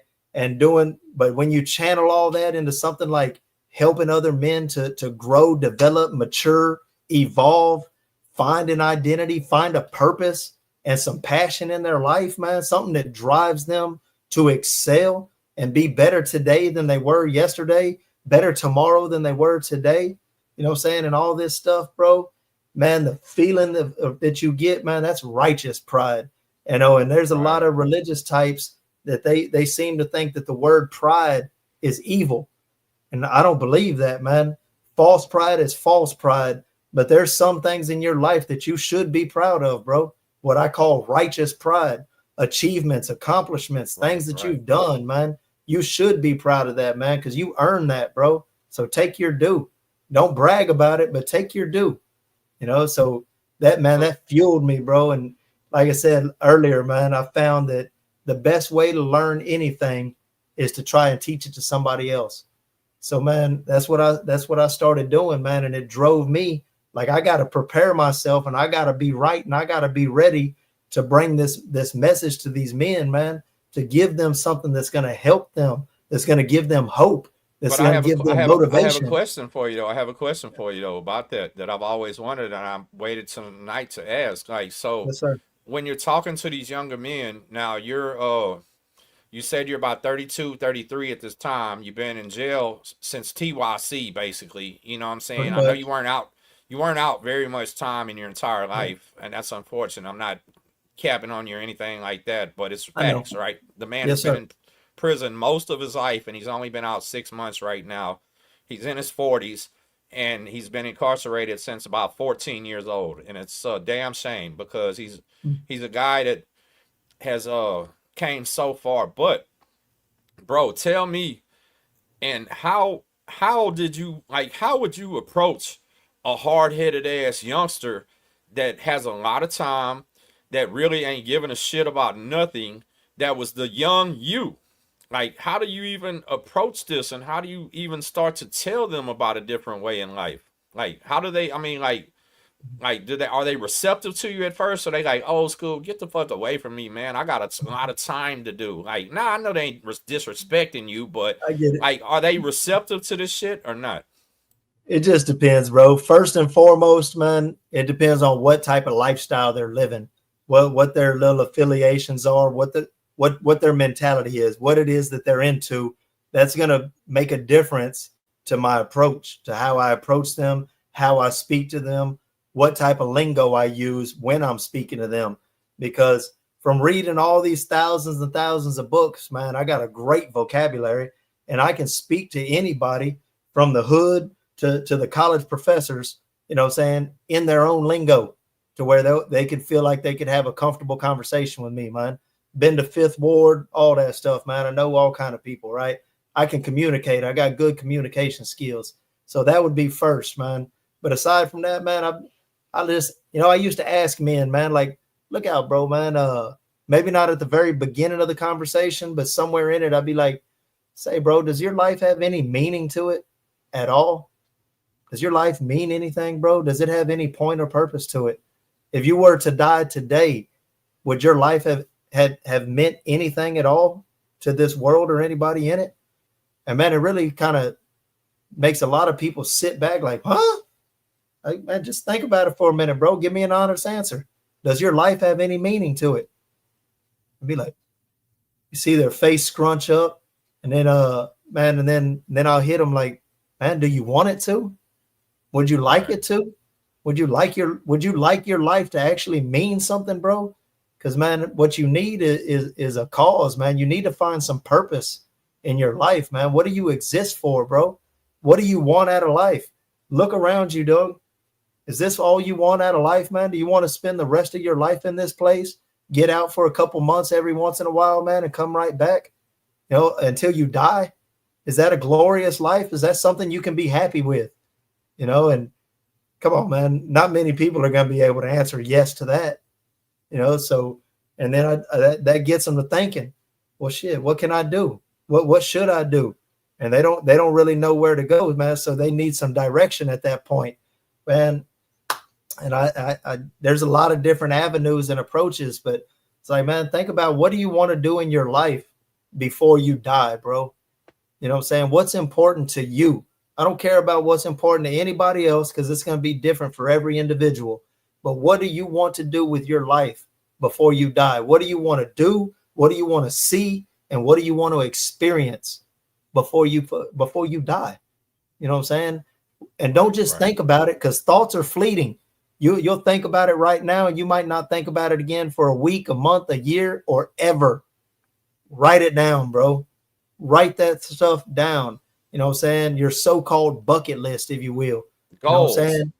Yeah, write it down, bro, because when you write something down, it becomes a little bit more real, becomes a little bit more concrete.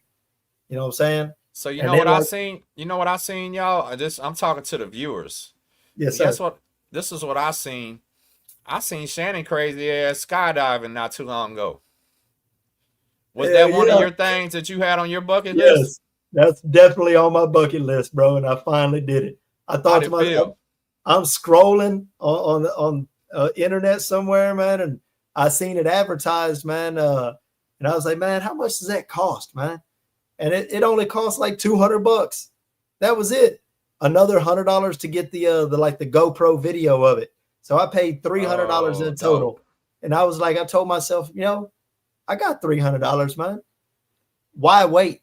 So many people have these goals and stuff in their life, man. These things they would like to do or experience, but I'll do them later. The time just ain't right. And I was like, you know what?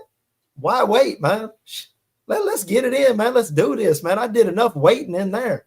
I'm out here to live life, bro, to experience life, man, to celebrate life. Let's get it in. So I went and did that, bro, and it was great.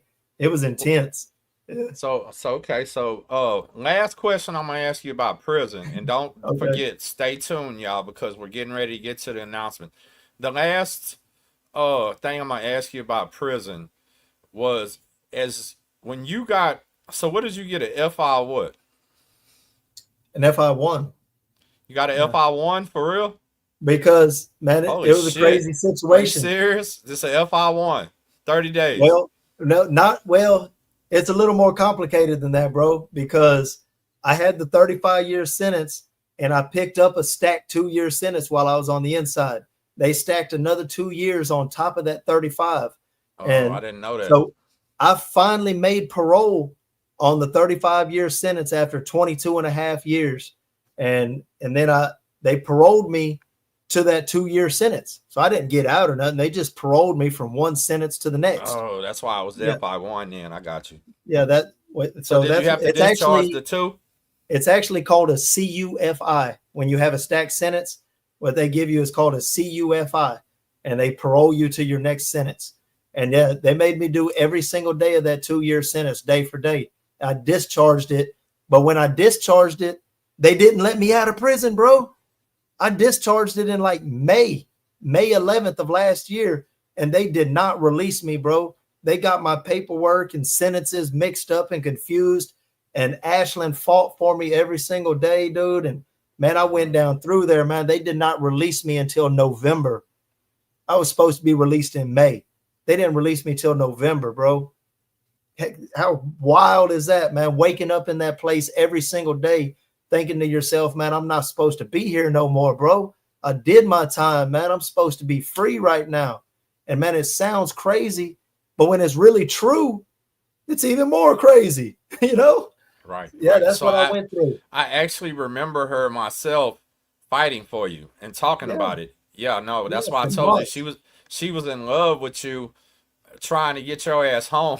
I swear to God, she really was, and she's a powerful person. You know what I'm saying? Like Absolutely. she really was a powerful person that actually did a lot of helping. And then, so you get out, you do get out, and they violate you on your first day. Woo! Another tragedy, bro. I've been through so much crap. Yeah, they violated me 23 hours getting out, and it wasn't nothing that I really did. They put me on a GPS monitor. They released me in Houston, even though my address is up in Dallas. So, man, when I the address I used was a friend's address because I don't really have much of any family left, bro. Everybody died while I was on the inside. So, man, I ain't got no place to go. So I use a friend of mine's address, somebody I met on the inside. You know what I'm saying? He already discharged his sentence and his parole and everything, man. So he's legit. They approved the address, but I lost contact with him like 6 weeks before I got out. His phone went dead, and I couldn't talk to him. Didn't know Oh what was shit. going on. So I get released finally, and man, a friend of mine picks me up and drives me from Houston to Dallas. And the first thing he tells me when I get in the car, he's like, "Bro, that dude's address ain't no good no more, man. His mama sold the house out from under him, and he's like literally living out of his car right now." And I'm like, Mm. "What? Man, what?" I'm on a GPS monitor, bro. They tell me go directly to your approved address and don't stop anywhere else on the way. So, man, I'm like, damn, man, what am I gonna do, man? The only phone number I have is the office number for the parole office, not a PO, but like the front desk, which is just Right. a secretary. I haven't even met my PO yet. Don't even know who it is for sure. And so, man, I call this number, no joke, 7 times on the drive from Houston to Dallas. And man, all I get is voicemail after voicemail after voicemail. So I'm like, damn, man, I leave 2 recorded voicemails telling them who I am, what's going on. Man, I just got released. I don't want to get in trouble, man. I don't know what to do. Are you calling the ankle monitor people, or are you calling the parole office, or both? The parole office. Yeah. And so I leave these messages, man. And as it gets close to 5 o'clock, because I know the office closes at 5 o'clock generally. So, man, I call one last time, the 7th time, and I leave a last message on a voicemail. And I tell them, man, like, this is my situation, man. I don't know what to do. So as of right now, I've paid for a legitimate sober living house out of my own pocket, $1,500 a month out of my own pocket. And that's where I'm going to stay the night at right now. And I'll be there first thing in the morning to report like I'm supposed to. I'm supposed to report at 9 a.m. I get there at 8:30. I sign in and I sit in the lobby for like 2 hours. Nobody ever speaks to me, says a word to me, asks a question, nothing. They see everybody else in the lobby, and I'm like the last person. They finally call my name. I'm like, all right, finally. I grab my stuff. I get up. I walk to the back. As soon as I walk through the door, bro, there's 3 cops standing there waiting to arrest me. Put your hands behind your back.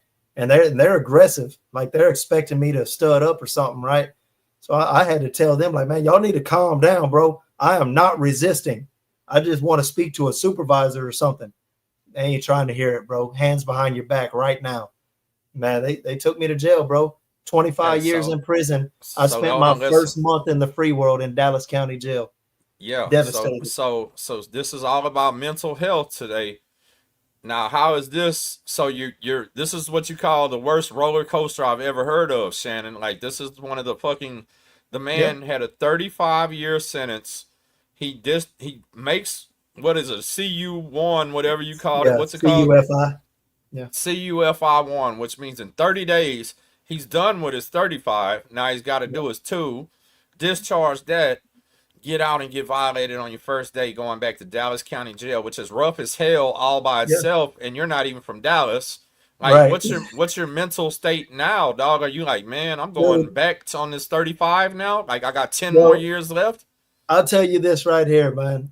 And like I said, it doesn't really make me feel any type of way. Let me stop everybody in the comments. So listen, let me tell you one thing. I personally knew when this was happening. I remember everything he's saying. So if y'all got any doubts, people were in the comment. I just changed it to subscribers only. People were trying to assume that this shit is fake or something like that. Tim Snow himself was worried about this dude when this happened, because Ashlyn was my friend. Brittany Robertson is my friend. Shout out to Miss Troublemaker. A lot of people that was really on your side are my personal friends also, brother. So let me tell people that are watching, I definitely remember when this happened. So I'm sorry to interrupt you, but I had to tell him this is no bullshit what he's telling. But when they arrest you and now they take you to Dallas County Jail, you're in Dallas County holding facility, cells and shit. First of all, what's the holding cells like there, dog? Like, are they asking you what's going on? Like, what are you here for? Or I'm on a capital murder violation. What the fuck's going on? Not so much, man. And I really wasn't entertaining nobody, man. I was in such a foul mood, bro. I wasn't trying to hear nothing, and they wasn't. I mean, they was doing their little squabbling and stuff here and there, but they wasn't doing like heart checks or anything like that. But what I was going to tell you, bro, is, man, getting locked up at 23 hours, less than 24 hours out after going through all that stuff, bro, all that time, dude, sitting in the city jail waiting to be transferred to Dallas County, even as well as while I was in Dallas County, bro, that came closer to breaking me than 25 years in prison did, bro. I was devastated, dog. I just finally made it out. I haven't even done nothing yet. I've been out 23 hours, but it was a 6-hour drive from Houston to Dallas. And then I went to the sober living house, spent the night, and drove to the parole office in the morning. That's it. I ain't done nothing. I haven't experienced nothing out here yet. And I get arrested? Oh my God, bro. It was devastating, dog. I'll tell you, man, like, for the first time probably since my father died, because I told you that I was like emotionally dead at that time. But like 2 days later, man, I had a dream about my dad, man, and I woke up in tears, man, like I was crying in my sleep, dog. You know what I'm saying? And that was one of those mental barriers breaking. And man, so probably for the first time since my father died, bro, man, I shed tears in there, dog. I couldn't believe it. I was like, man, I did all this and I just got out and they locked me right back up. Dude, I'm overwhelmed, dog. Man, it was too much, dog. It was crazy. But after that, man, I'm gonna do what I gotta do. But damn, that was hard, bro. Probably the hardest thing in my life. That's why I say that's one of the most worst mental roller coasters that I can even think about right there, because y'all watching might not understand this, but he's now violated where it's possible he's got to go to 10 more years. Exactly. Not a couple days, not 30 days. No, he's looking at facing 10 more years after just doing 25. Like, it's literally a deal breaker, though. That's a spirit breaker. Like, any man right there. Luckily, you didn't snap and kill somebody in that place. You want to know the truth? Yeah. That's facts, dog. Yeah. Like, so I know you wasn't trying to hear shit from nobody at that time. No, I didn't even want to talk to nobody, man. I was antisocial, to tell you the truth. That was the time.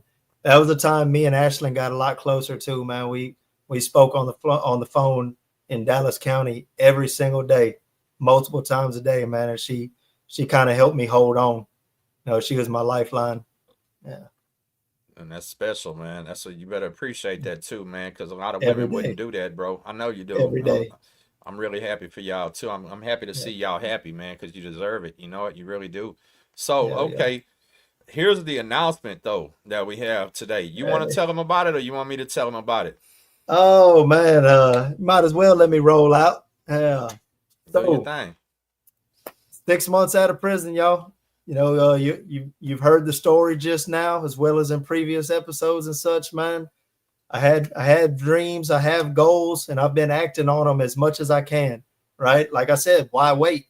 So, as of now, man, I have an official company. Me and Ashlyn together, we have an LLC, and we're officially ready to open for business.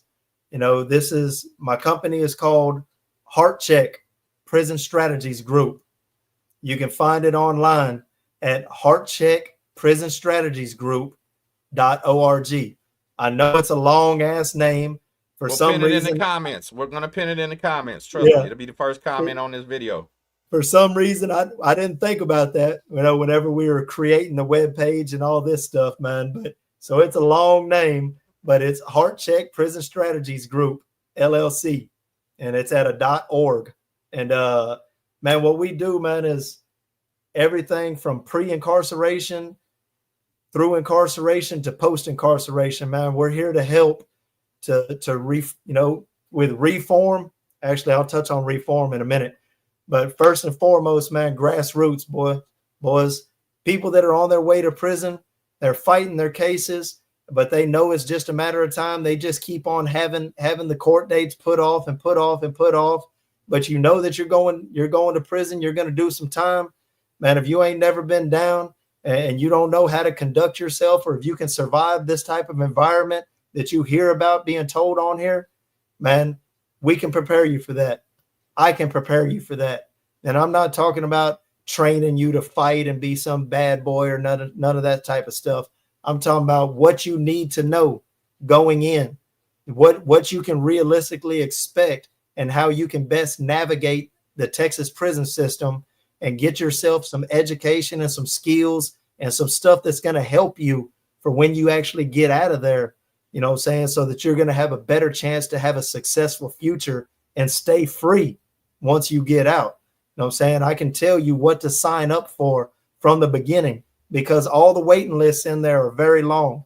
So you want to sign up for stuff as soon as possible, man, as well as on the tanks, on the ground level, what you can really realistically expect, what your options are, and how you can best navigate the system, man. The inmates, the officers, the administration, the educational system, all of that. At the same time, while I can prepare such a person that's going to be going in, Ashlyn can work with your families and loved ones and let them know what realistically they can do to help you while you're on the inside. You know, what works, what doesn't, what paperwork they need to file if they want to have access to information about you. Because if something happens to you in there, TDCJ does not like to give out no information, even to your immediate family. Okay. Unless you have the proper paperwork filed, then they don't have a choice and they have to tell them what's going on. Right. So not only that, but how your family can advocate for you while you're on the inside, the contacts and phone numbers and emails and all of that they need to have to help you in your times of need. You know, what works and what doesn't work, what's a waste of time, and what are the things that they can do, which so many families commonly do, that can only make a situation in there worse, not better. Okay. Right. So we can prepare all that. That's pre-incarceration stuff. You know what I'm saying? We can advocate for people on the inside while they're on the inside. You're having struggles, problems, you know, whatever it may be. you're with officers, administration, cases, custody levels, all the things that we deal with on the inside. Like I said, we know how to best navigate the system, what's effective and what's not, what works and what doesn't. We can be advocates for you while you're on the inside. And then when you're coming up for parole, we have a parole division of the company that can do everything from writing your parole packets, 3 different types of packets, depending on how much you want to spend, you know, saying how fancy you want it. But we know exactly how to do it, what needs to go into it, what they're going to look at, what they're not going to look at, and whose attention to put it to, who to send out all the notifications to before you even send such a packet in. Parole preparation for when you have your parole interview, you know, saying before you have that, what you need to know and how you need to conduct yourself, the things that you need to say and hopefully mean, right? Make sure how to make sure that your ITP, which are your requirements before you can make parole, how to make sure all this stuff is taken care of, plus a couple of bonus classes and courses that parole looks very favorably upon, right? You want to have the best chance of getting out that you could possibly have, right? I mean, who wouldn't? We can help with that. You know what I'm saying? I've made a business out of this, man, because I love helping people, man. And one of my dreams personally is if I can find a way to spend my life helping other people that have gone through or going through or about to go through the things that I've been through, bro, man, I want to help y'all as much as I can, man, because I don't want that for nobody, bro. Nobody, dog. You know what I'm saying? So if I can find a way to do this for a living, you know what I'm saying, and just pay my bills and feed myself, man, that's my dream, bro. That's my goal. You know what I'm saying? I'm not trying to get rich. You know what I'm saying? That's not part of it. Just being able to survive out here, man, and do what I love, man. That's the dream. So that's where this comes from, man. But aside from that, post-incarceration support. I currently mentor several men out here right now that have been released from prison and have had very difficult times transitioning to this so-called free world out here, you know, and, you know, just the things that work. And sometimes you just need to know that, man, what you're going through is normal, bro. You're not crazy. You're not screwed up beyond repair, man. It's normal because of the conditioning we've been through. A lot of us have PTSD. A lot of us have, what's the other one? Post-incarceration syndrome, PICS, they call it. Is that a real thing? That is a real thing, brother. That is a real thing. Post-incarceration syndrome. You can look it up. You know, that place traumatizes I felt us. it before, but I've never heard anybody express it like that. I felt it before. Absolutely, man. Like I told you, I used to average 2 hours of sleep when I first got out. I never had anxiety in my life, but I would have anxiety just, man, become like really intense, you know, just out of nowhere. Sometimes it would just build up and, you know, I would feel overwhelmed, like all these things I need to do. And I feel like I need to be doing them right now. I'm so behind, man. I've lost so much time, man. I'm this old right now or that old or whatever, man. And man, it can just become overwhelming, bro. You know what I'm saying? You got to take it step by step. You know, it's kind of like they say, you know how you eat an elephant? Shit, one bite at a time. Yeah, You know what I'm saying? real talk. You got to take it one bite. I've never heard that before. Yeah, one bite at a time, brother. That's So a good yeah, one. So let so me tell check you it out. something. Oh, Yeah, shout out the website again. Heart Check Prison Strategies Group.org. Is the LLC part of the website? No, sir. So say it again. Heart Check Prison Strategies Group.org. Okay, and so obviously there's going to be a phone number for this. There's going to be other Yes, things. me and Ashlyn, we have both of our emails are on there, and both of our phone numbers are on there. Shoot your email out right now. Do you got it? Yes, sir. I got it right here. This is what this whole show tonight was all about, entertaining. But see, so listen, the reason I love you, my brother, because and man, the more and more we do this, the more and more I love you, because what you said is the whole reason I do this. Because so what you're doing is you're doing for the people that I'm trying to stop people from going there, right? I'm trying to stop people from ever having to experience this, but everybody don't listen, dog. A lot of people are just straight hard heads, right? They're not, no matter how much time, you know, I ain't did as much time as you, but I've been in the state jail, I've been to TDC, I've been on the ID unit, I've been at rock and roll, bow mine in the feds, I've been through it all, man, and I know none of it was fun. None of it was enjoyable, and I wouldn't recommend none of this shit to my worst enemy. You know what I'm saying? It sucks, dog. But for the people that go, this man here is on the same similar type of mission for the ones that didn't listen to me. So now we have him to help you. So what I want to stress to everybody is what he's doing and what they're doing already exists, but it's only I've ever seen it for the federal system. And that's it. And there's nobody doing this for the state of Texas. And our system is an entire different animal, Shannon. I mean, it is an entire different animal. Vicious. It's vicious. It's savage. It's like you said, slave labor. It's slave mentality from the bosses to everything else. And I haven't confirmed this for myself, but I've been told that something like 40,000 people a year in Texas alone get incarcerated. They take in 40,000 people a year, and about 40,000 a year get out. So it's a revolving door. 40,000 a year. Bro, they're a million past the number I got the first time. Yeah, me too. Me too. Yeah. So what was your first three numbers on your number? 100. I missed the 99s by like 3 months.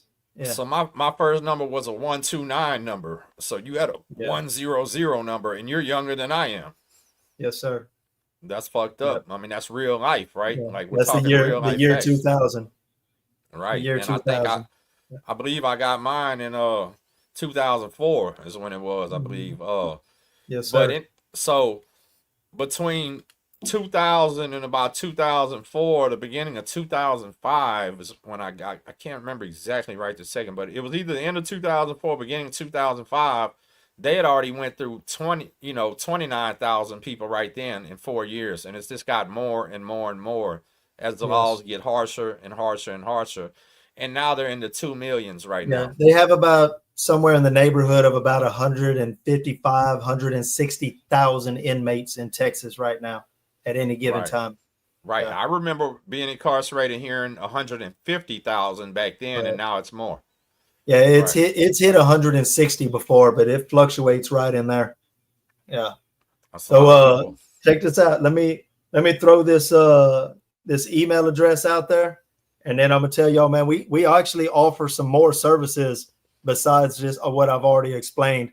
I'll put some out there in brief, but if you go on the website, man, we put a lot of work into it, and everything's laid out on there, man. All the possibilities and options, right? So this is your chance. Tell them everything, bro. Right now, we got time. All right. So check it out, man. My email address is s.marshall. With Marshall has 2 L's in it, at heartcheckprisonstrategiesgroup.org. Ashlyn's is the exact same way. It's a.gaddy at, the little at symbol, heartcheckprisonstrategiesgroup.org. My phone number is actually also on there. Hers is too, but we need to update her phone number right now because she just got a brand new phone and her number changed. So my number is still accurate on there, and we're about to update her phone number this week. Okay, just so be aware of that. But some of the other services we offer, bro, is, man, we do customized training for organizations and institutions. Like even TDC can contract with us to teach them ways to better serve and have rehabilitation actually be meaningful instead of just lip service in there. For those of y'all that don't know, man, I've only been out 6 months, but I've already spoke. And I went to Austin and spoke to the Texas Board of Criminal Justice, which governs all of TDCJ. Brian Collier and all them bigwigs in there. Everybody in the room there was nobody under a deputy director in the room. Deputy director was on up, you know what I'm saying? And I got up there and I spoke to them and I told them the truth. I'm like, man, this is my name. I just did 25 years in your prison system. And this is what you do have. This is what you don't have. And this is what you really need, and well, you're only allowed to talk for like 3 minutes. They allowed me to talk for almost 7 minutes, bro, because they was listening to what I was talking about. And the chairman of the board told me that they were interested in my ideas and suggestions. So, I'm hoping to get a contract with TDCJ and talk about rehabilitation programs in there that really work, how they can be more effective. Amazing? Yes, sir, That'd man. be so amazing, bro. And it could happen if they really wanted to. There's no reason why it can't. It don't even have to be difficult, but I tell him, like I told them, one of the biggest problems is y'all have a couple of good programs in there. I'm not going to take that from y'all. Y'all have a few good programs. It's not enough. Point blank. It's not enough, for one.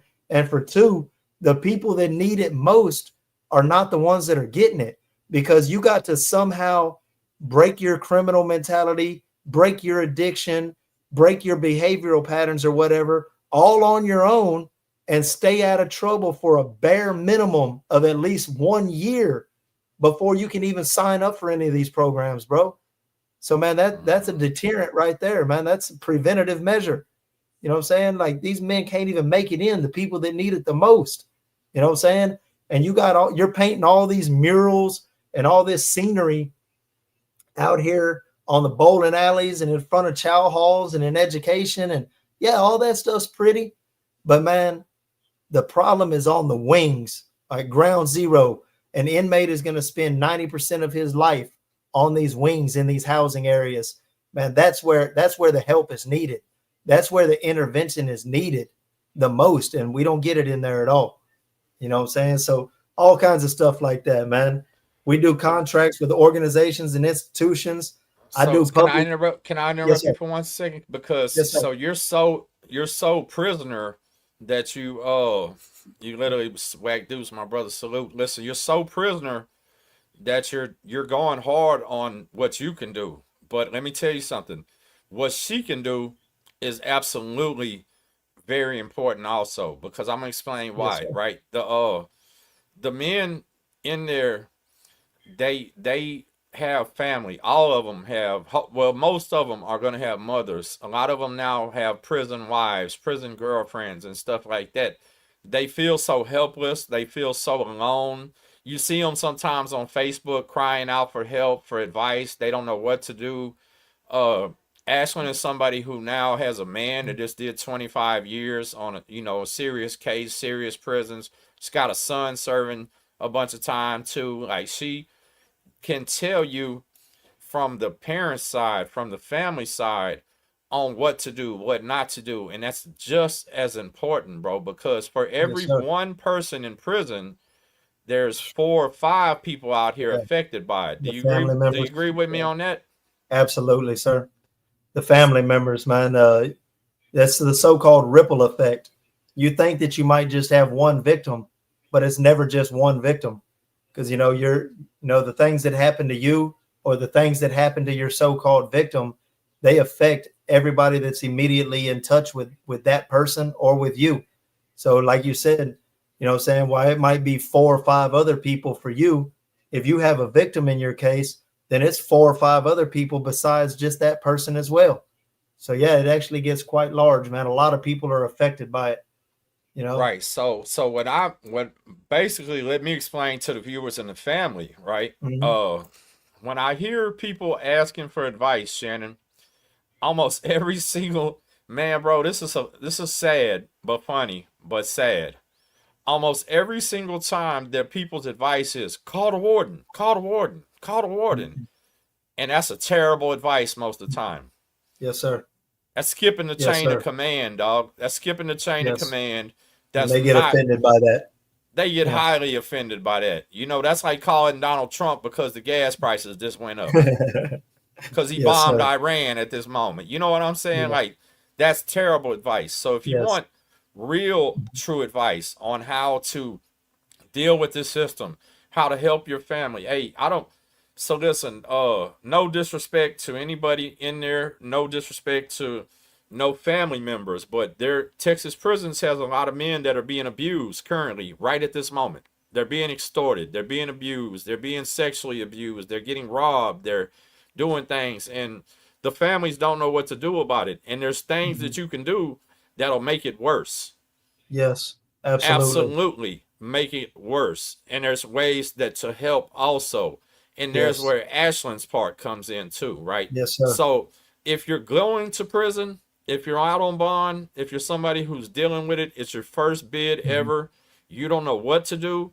So I've had a lot of people when I first started try to reach out to me, Shannon, and do this, and it got overwhelming to me because I didn't have the ability to help everybody, right? I was working, Mhm. I was doing overtime Yeah. and everything like that. So you're extremely valuable to the men that's going to experience the world that we've lived in, this foreign world that is literally like moving to Mars, dog. Going to Texas prisons is like leaving Yeah. Earth and going to Mars, A if you whole want to nother know the truth, reality. Yes, sir. A whole right? nother reality. But Ashland can now tell the people that are left on Earth while their loved one is on Mars how to help in the real way, in the proper way. And she Yes. herself has had to learn this herself the hard way too. You know what She I'm saying? already has all the contacts, the ones that actually will respond and be receptive and actually do something about situations. And she's already developed and cultivated relationships with these people. They know that she's not going to call them on nothing frivolous. So they're going to Right, take her calls and they're going to listen right. to what she says and they're going to let it roll downhill and change happens. Is Now, she sitting right there next to you? Is I she might sitting right not have there got it. next to you? No, she's in the back room right now. Okay, well, I was gonna tell her, well, I tell you, and I tell the people, when she first started this shit, I didn't have no faith that that was gonna work for her, dog. She's something special. Right? She really is. She's something Yes, special sir. because she has made those contacts. She has people that actually, she has the, and we're not talking about ratting and snitching and No, telling and none of this no. shit. She has the actual respect of people Yes, that matter, people that are yes. important, all the way from senators, all the Yep. way to the guy running from the governor right Mhm. now, all the way down Yep. to wardens on different prisons, all the way to Yep. OIG people. Directors, ombudsman, deputy directors, you name They it, sir. know this woman now, and I don't think Yes. she's ever called them on no BS. So they take her serious, and Yep. also guess what? They know she's friends with people like myself and other people Yes. that can put a lot of pressure and expose things and do Hmm. things. So that gives her a little bit more power too. You know what I'm Yes, saying? sir. And I always have y'all's back if you ever need it. I promise you that. You know, I told Thank you you. so. So both of y'all are extremely important in two totally different ways, and I really think this is going to be a successful business, and it's badly needed, Shannon. This is something that Texas And has needed for a long time, bro. unfortunately, bro, there ain't no shortage of people in Texas waiting to go to prison, much less those already in there. You know what I'm saying? And then all the men getting out, like I said, it might be 40,000 people a year getting out of prison. You know what I'm saying? How many of them experience so much difficulty transitioning from that alternate reality to this out here, trying to figure out what's normal, and how much of that right there is the cause of recidivism, or at least a large percentage of it. The reason why so many men go back to prison, you know what I'm saying? Because they just couldn't adjust in time without messing up, man, without falling back or relapsing or something like that, man, or maybe even messing up on purpose, man, like cutting off their monitor and going on the run. Like, F it, man. And if they do go back, they know what that is. That's their comfort zone. They know how to do that. They don't know how to do this out here, and that's what men need help with. And that would probably drop the recidivism rate probably by 50%. You know what I'm saying? Maybe 40, Listen, 50%. let me tell you something. Shout out to one of my brothers and my neighbors, CEO Hockley. He has a channel called CEO Hockley, and he does he has a successful business here in Galveston County where he hires men to work for him that are ex-convicts, right? That is who he hires, men on parole on purpose, like does that, right? Like, and he's successful. He you might see Robert Hockley, you might see him I've seen him pop up standing next to the Eiffel Tower. I've seen him doing all kinds of things, right? He's out here living his life, but at one time he was one of the most hardcore Crips anybody could have ever met in their life. You know what I'm saying? Yeah, imagine that, right? I'm talking about like hardcore gangster, dog. Squabble, shoot, whatever, everything that you can think about in the negative light, he was. And he's reformed everything. And guess what he has next to his business, bro? What? A playground for his kids. Hell yeah. That's bad. That's awesome, bro. Ain't that dope? Man, that's the way to do it, man. He's a father, there's no reason to resist change in your life, man. That's another big thing. People get stuck and they think like, growth. Man, I've been doing Instead this of for change, so long. let's call it growth. Yeah. Yeah, that's exactly what it is. But people be like, man, I can't change now. I've been doing this all my life. Like, man, bro, like a good quote that comes to mind. I love quotes and stuff, bro. But a quote that comes to mind, man, it says, your comfort zone is a beautiful place, but nothing grows there. Real talk. Growth begins at the end of your comfort zone. That's real talk, dog. You got to put yourself out there, man. You got to grow, change, take that next step, keep living life. That's deep, dog. That's deep right there too. So, man, I really, so men's pride alone, men that are prideful, men that don't want to fail, men that want to come in correctly, because I just did a little clip on my Facebook that hit like 10,000 views in a day, talking about coming into a maximum security facility, how it's mandatory to keep your head up and your chest out. But we're all scared. We're all fucking nervous. Everybody feels. You seen that one? Yes, sir. Did I tell the truth or not? Yeah. That's, you have to, because they're gonna be sizing you up from the moment they can set eyes on you. They're gonna be yelling at you, screaming at you. They're gonna try to check you. They're gonna want to fight you. They're gonna still try to break you sometimes. And they're looking for fear. Right, and you have to be mentally prepared for something like this. And this is the man that can help. So he already said when he went to prison, he was 18. He was on a 35-year sentence for murder, and he was a smaller man. It was before he did all his working out, before he was doing these 2 and 3 hour workouts. Like, no young 18-year-old kid is muscular unless he was some kind of football player or something. You know what I'm saying? No street kid is coming in there full of muscles and all that usually. You know what I'm saying? So you got to use this muscle up here the most, right? And that's what you're going to do. And so I highly recommend that if there's any men in there, and you know what, honest to God, the DWI guys that aren't really truly criminals, like they're criminals because they broke the law. They have an addiction. Addiction, people that are going into prison for addiction crimes, for drugs, for things like that, they're not necessarily gangsters, dog. They didn't grow up around violence and Crips like I did, or bikers like you did, and shit like that. They need somebody to be able to give them that advice and how to come in. You know what I'm saying? And to understand also that fear is normal. Yeah, you just can't let it control you. It's okay that you have it. It's part of your survival instinct. Right. So I just can't let it control you. It's going to be very important that those type of people that are going to need to speak to you, and they're going to want to speak to you. They're going to want to reach out to you, because it's come to a point now, and I'm not proud of it, but I get overwhelmed with messages. So a lot of times I just can't even try to reply back to them. That's why I wanted you to do this. And with her on the other side, with the family situation is Yes. every bit or more as important. Because here's the Yes. deal. You can come into a prison, Shannon, and eventually learn the ropes, right? But Yeah. you come in there wrong from day one, and it don't matter how much you learn, you're fucked the whole way through. Yeah. Right? So we know a lot about the inmate side, but man, one thing that doesn't get focused on a whole lot is the effect upon the families, man. If you are a central member of your family, bro, how many families actually fall apart whenever one of us get locked up, man? Because we're no longer there to help, to stabilize, just to be present. You know, how many families, how many parents or loved ones that lose somebody to the prison system for a large amount of time? It might not even be a really large amount of time. Years or years, bro, of whatever, however many they are. You know, those are Yeah. years of your life that you will never get back. You know, how many family members through their own pain and suffering, you know, dealing with that grief, how many family members turn to alcohol and drugs, or their relationships fall apart because they're grieving and they don't know how to, you know, live in harmony anymore without their loved one there. You know, that doesn't get a lot of attention, man, but that's a very real and a very serious situation and a problem that really exists.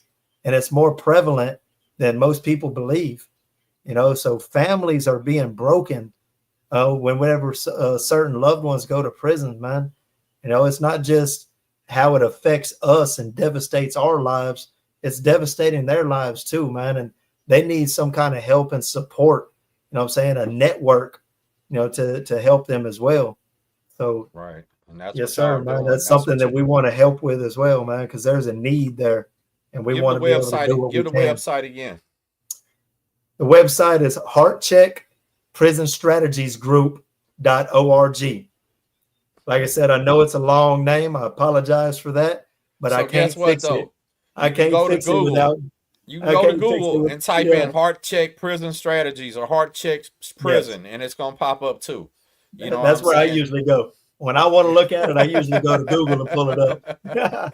So that's real shit. But I'm Yes, saying, so sir. don't worry about the name. They're gonna find you, and we're gonna keep Okay. promoting it too. But this Good deal. service is so valuable that I can't stress it enough for the men.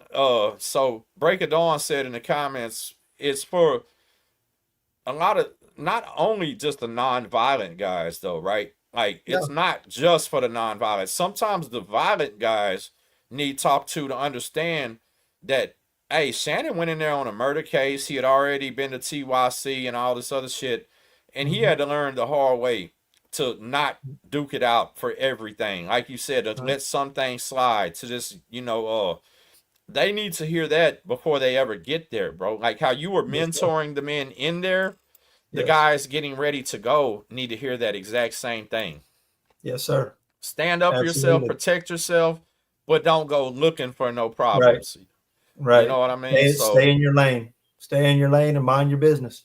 You know, right, take care of right, you. right, right. And Yes, the sir. families is every bit, it is devastating. It is the ripple effect. And I highly recommend the prison wives and the prison moms to check these people out the most because Yeah. everything that I see, all advice that I ever see given online is horrible. It's terrible. And no disrespect to those people, but it's coming, bro. That advice is coming from people who barely have any experience in the system, Yeah. right? That's the problem. When the first answer is call the warden, you No. don't know what the fuck you're talking about. Yeah, You you're know what I'm tripping. saying? You're Yeah, gonna yeah. make You're gonna things worse. Because if the warden actually does call the COs or whatever, the COs are gonna be pissed off. They're gonna put you out there. They're gonna front you out. Like this little, they're gonna call you names. This little, he just went and called his mama on me because I did yeah. this.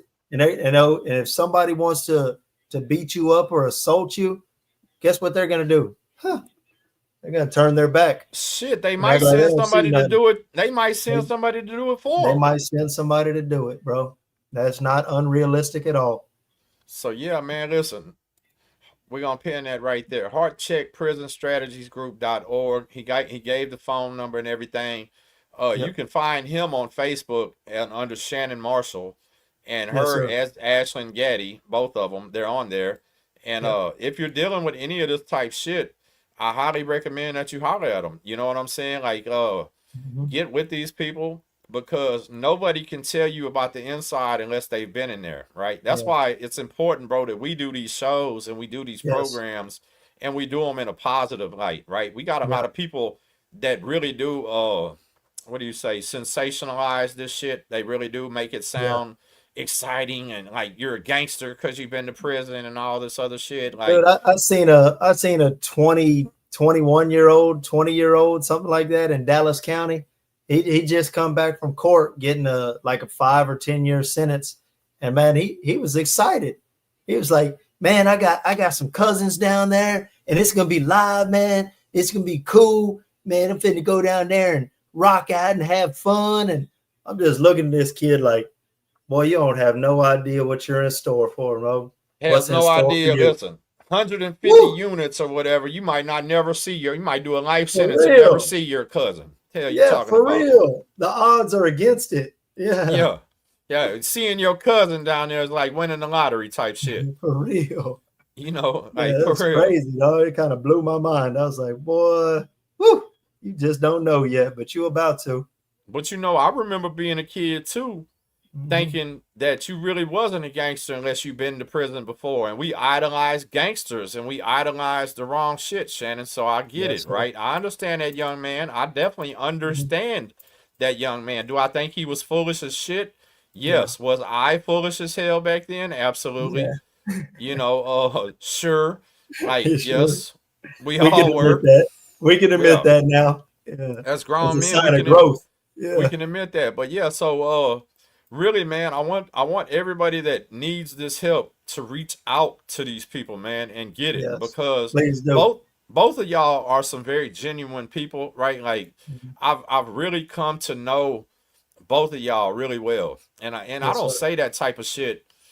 You know, if it's somebody I just met on this channel, I'll say that this is somebody I just met. These are people I've Yeah. known him now the entire 6 months that he's been out. And I told Yeah. him myself, y'all, at first I kind of kept my distance because I didn't Mhm. understand what track he was going to end up on. Like I didn't know, Understandable. yeah, that's Totally all it is, dog. understandable. And I didn't Yeah. mean any disrespect by that. I didn't mean anything. And I even told I Ashlyn didn't take it that myself, way. I told her myself, I wish this man the best, but I know how life goes, and Yeah. especially when men did shit like 25 years, how easy it is to go back. So Yes. when I seen you immediately working, I seen you immediately doing things for her that no other Mhm. man has ever done before, shit like that, like really actually making her happy, bro, being a good dude, you know what I'm saying? Being a good man, man, it Yeah. just made me so proud of you, bro. Honest to God, and I'm still am, and All right. it's getting the respect level just grows every single time I talk to you, and I mean that from the bottom of my heart, man, for real. Thank you, bro. Yeah. I Thank I you. really do. Yeah, Uh, and but yeah, for Ashlyn, every same thing goes for her, man. Like, yeah. so she'll tell you sometimes I get on her ass, dog, because like I said, I'm always gonna be on the inmate side, and she's trying to fix the system from both sides, Both and I'm like, sides. Yeah. man, fuck them side. Let's worry about our side. But you know, in Yes. reality, we can't fix Yes. it on the inmate side without fixing it on their side too. Because part of the reason shit's so fucked up is because they're so miserable too, Shannon. You know, Yep. you've seen this Yes. yourself, dog. They'll work 16-hour shifts and have Yep. to come right back tomorrow. Yes. Yes. Sometimes they work 24-hour Yep. shifts and shit I, like I've that. done I've done seen at least 5 or 10 guards fall out in there from heat stroke, heat exhaustion. Because it's so hot, they got to walk those runs. Also, I've seen them. I've seen the guards fall out on the floor, and it's usually inmates that help them. You know what I'm saying? They Yeah, try to help them. They flag down help, and then the medical got to bring a wheelchair and come get the guard out of here that done collapsed. You know what I'm yep, saying? So yep. yeah, it's got to work from both sides of the street, bro. Everybody's human. Some of them are good, some of them are bad. Some change, some don't. You know, but everybody's human at the beginning and at the end of the day, man. You know. So, So yeah, I have a friend that's at Michael Unit, right? And yes, I haven't talked to this friend And it's been about a year and a half, 2 years ago. So, but I would talk to this friend quite often, and the amount of guards that was overheated, passing out, the Yes. amount of guards, bro, that was literally just falling out during the summer heat. Because listen, they're wearing long sleeve uniforms, they're wearing stab proof vests and shit. They're fucking got their belts on. Like, man, they're dealing with a lot of shit too. So I Yeah. understand her side, but I'm still always gonna take the inmate side over them. Period. That's just my nature, dog. It's just I gonna get be it, what it bro. is. But I get it. but but to fix a broken system, you have to fix it all the way around, right? You can't fix Yes. half of it. Correct. So Correct, sir. that's why I'm That's the most Ashlyn. I talk a effective lot of way. shit, Ashlyn, but I'm proud of you too. Yeah. You know what I'm We saying? But we want air conditioning on in Texas prisons for our inmates, man, for our loved ones in there. Guess what? Why don't we advocate to get the air conditioners in there for the officers that got to work the runs every day that are falling out also and having all these trouble? They might be a lot more receptive to that message. So let's push that, and the inmate side is going to reap the benefit as well. You know what I'm saying? yeah. What Obama liked to say, the trickle down effect. Hey, we'll So you take it, know man, what you just however it said? works. Listen, what you just said about 3 summers ago, that's when a lot of people was putting pressure on me to speak on the heat, and that's when that heat wave was going on and all this shit. Yeah. And that's the approach I took about it. Was like, okay, I understand nobody gives a fuck about these inmates that kill people, that some of them rape people, like you said, hit old ladies in the head with hammers and shit. I get it. I understand why nobody cares about it. But how come we don't care about state employees that are dropping Yeah. dead and overheating and having heat strokes and all that? Yeah. And that How about that? itself is the only way that Texas prisons are ever going to get some air conditioner, dog, is Yeah. the guards have to stand up and say, this Yeah. is enough. Yeah. Yes, sir. The horse barns and stuff got air conditioner, man, but the inmates don't. The guards don't. They Isn't that got it in the crazy? picket, but not out on the floor where they got to work most of the day. Not in the chow hall where the chow hall officers got to work. None of that. So yeah, how about that, man? Yes, sir. You on the right track. Yeah, Uh, so you just said literally the way we had the same thought several years apart, and you said it, yes, sir. and you can run my videos back, and I said that exact same thing. So that was deep. That is the reason why I know that things have to be fixed. You know what? I'm not a big fan of guards, but I've had so many good guards contact me, bro. I've had so many, like, not being messy, not Yeah. being anything, but actually caring about men. Like, there's some of them that actually care in there, but you know, the system is set up to where as soon as they see a guard that cares about somebody, you know what the guards call them, right? They They call them label hugger them thugs. inmate friendly. Hug Hugger a thug. thugs. Yeah, hug A a hugger thug and thug. inmate friendly. Yeah.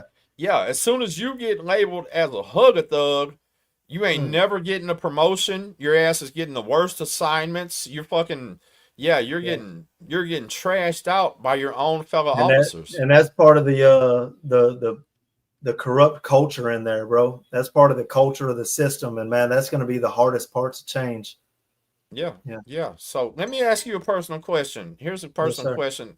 And me and her personally have had friendly debates and arguments, kind of fucking arguments about this. Brian Collier himself. How many directors in your 25 years has there been that you can recall?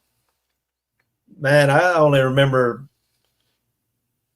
about 3 or 4. I know for a fact there was more than that, but I wasn't aware of them back then. Right. You know what I'm Because we don't saying? even know what the fuck's going on in that. Yeah. Yeah, right.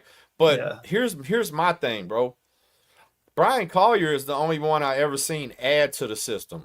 Every other one took shit away from people. Okay. The other directors took cigarettes away. The other directors made it to Yeah. where you can't even hang a picture of your mama on the wall, dog. Tell them in the Mhm. Texas prison, you can't even hang a picture of your No, child on the wall. no, you can't hang nothing up on the wall. Nothing. Nothing. Can't decorate your cell. You can't hang nothing. Nope. Bro, Nope. It's not your there home. was, It's a cell.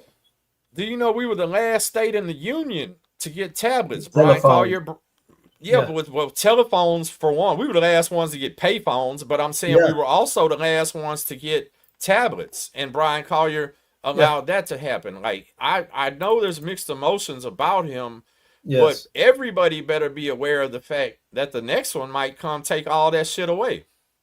Yeah, and because Brian Collier's done with his last day is what, August 31st. Yeah, I think this so. year he's retiring. Yeah. So And there's you going to know, be a normally new director. 99 out of 100 times, the next director is probably going to be a warden or something from somewhere else. I Yeah, it's as to be seen. You know, they're appointed by the board. In all likelihood, man, it's looking like it's probably going to be Bobby Lumpkin. Now Who that's my bet. You know, who that's is been that? his. He's a director of operations for all of TDCJ. You know what I'm saying? And So he's I've already a met big the man. wig. I've met the man. Whenever I spoke, well, actually, I met him twice. I spoke in front of the House of Representatives in Austin, the Committee on Corrections, which governs TDCJ, and I spoke again in Austin at the Texas Board of Criminal Justice, the actual board that Brian Collier and all of them are on. And I met Bobby Lumpkin at each, and he's been shadowing Collier all year long for you know what I'm saying. So it looks like he's been kind of grooming or Been maybe grooming him for it. politicking for that space for that spot. And I Right. just personally I think that's who it's going to be, but we'll just So, have to see. so hopefully he continues to add more things to it. Like Right? so, I never heard of the prison entrepreneurship program.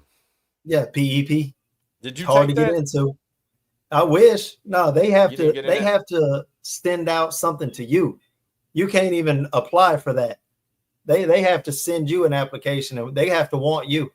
And I man, didn't know there's that. I don't know, it's hard to get into, and there's only one unit, and it's a little bitty unit, and man, it's just very, very, very few people go. But for those who go, amazing program, and a lot of those people, a lot of those mentors are professional businessmen and businesswomen and business owners, and man, they'll do everything from giving you loans to giving you jobs when you get out. But it's a great program, but it's only one, We need that expanded. right? Bad. Yeah, for real. We need that expand, even if it's Yes. invitation only, dog. We need that Yep. expanded big time. We need more trades, right? We need more Yes. HVAC programs. It shouldn't take 8 years to get into a fucking program, dog. You know what I'm Yes. saying? Like you damn near gotta be a lifer to get in the program, and then you're And, barely gonna maybe never even get to use the fucking and knowledge that they teach you. you were out of the system before they implemented these so-called field ministers and life coaches, which I are was, inmates. right. Yes, And sir. man, they got field ministers and life coaches, and these guys like walk the runs on different wings, and they're not really going to bother you if you don't want to be bothered, man. But if you're receptive, man, they're going to speak to you, man, and try to talk and see how are you doing, man. Check the pulse, you know what I'm saying? And dude, it's really a very good thing, man, and they need a lot more of it. There should be like a life coach and a field minister on every single wing in TDCJ. Because if somebody is not religious and don't want to talk to the field minister, they can talk to the life coach, or vice versa. If they don't like this guy, then they got a second option. But man, because inmates will speak to inmates before they speak to an official. You know what I'm saying? So man, that Absolutely. was a really Yeah. good program, and they Yeah. just need to expand it a lot more. So when I first heard about it, I was surprised. I was like, Yeah. this shit, the only thing that used to walk the run back when I was there was the motherfucking SSI. SSI selling cigarettes and joints and For shit. real. Yeah. Got them Thugs and thugs. gangsters. Thug Got them call. thugs and gangsters. Yeah, that was it. That's the only thing you would talk to. And guess what? That fool wasn't trying to hear shit you had to say. And he wasn't gonna give you no advice or nothing. Either You got that money or not? yeah, you got a meat pack or some stamps or some cash app or something. Get the fuck Yeah, away that's from it about if you it, don't. bro. So now that we have men doing that, it's pretty amazing. But listen, Shannon, we're getting ready to close it because I gotta Yes, go. sir. Give the website again and give your email addresses one more time, please. All right, y'all, man. We're at heartcheckprisonstrategiesgroup.org. Check us out, man. We got all our services listed and available on the website.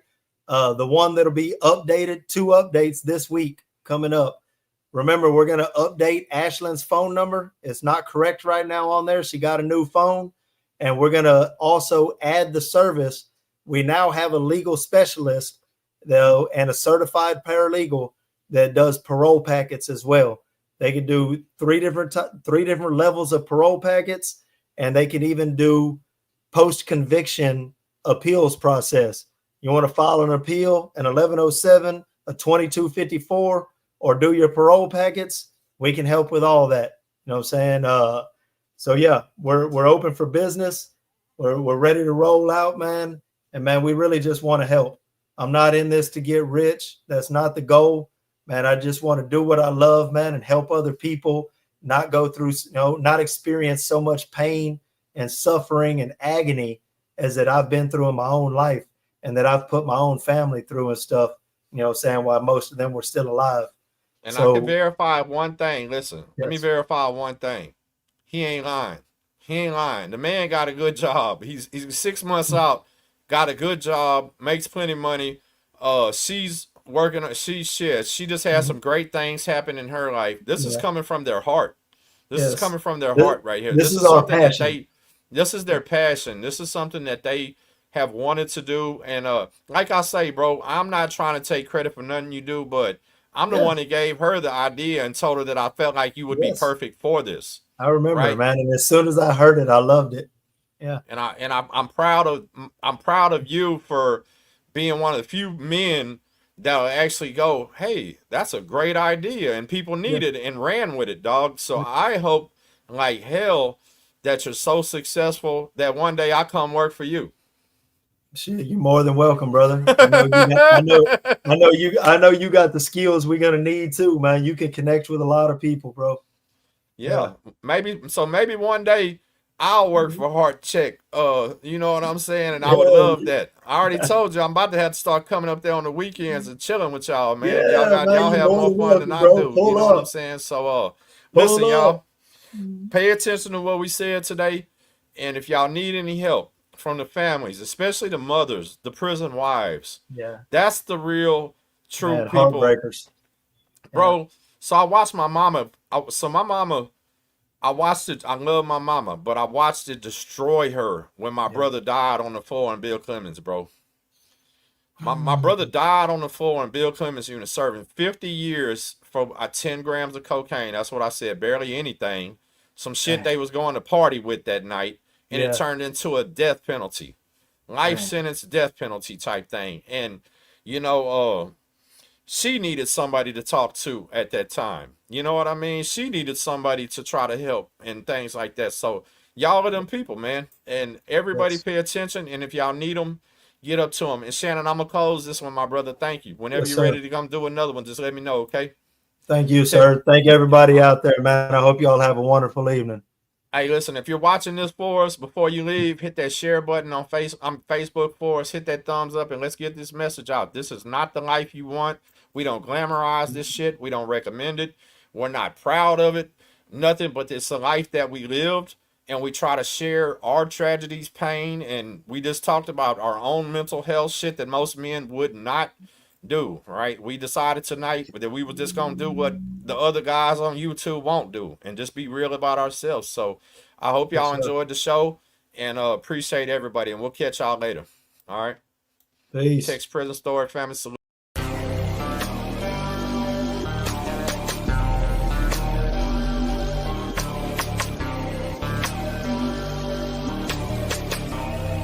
Man, if y'all ain't subscribed to him, check it out. Takes Prison Story Family Salute, y'all. It's your boy Tim Snow. Got another one here for you, man. I just want to say what's up to everybody here. Yeah, boy, you a fella. I say you got me, man. That's all I have to say.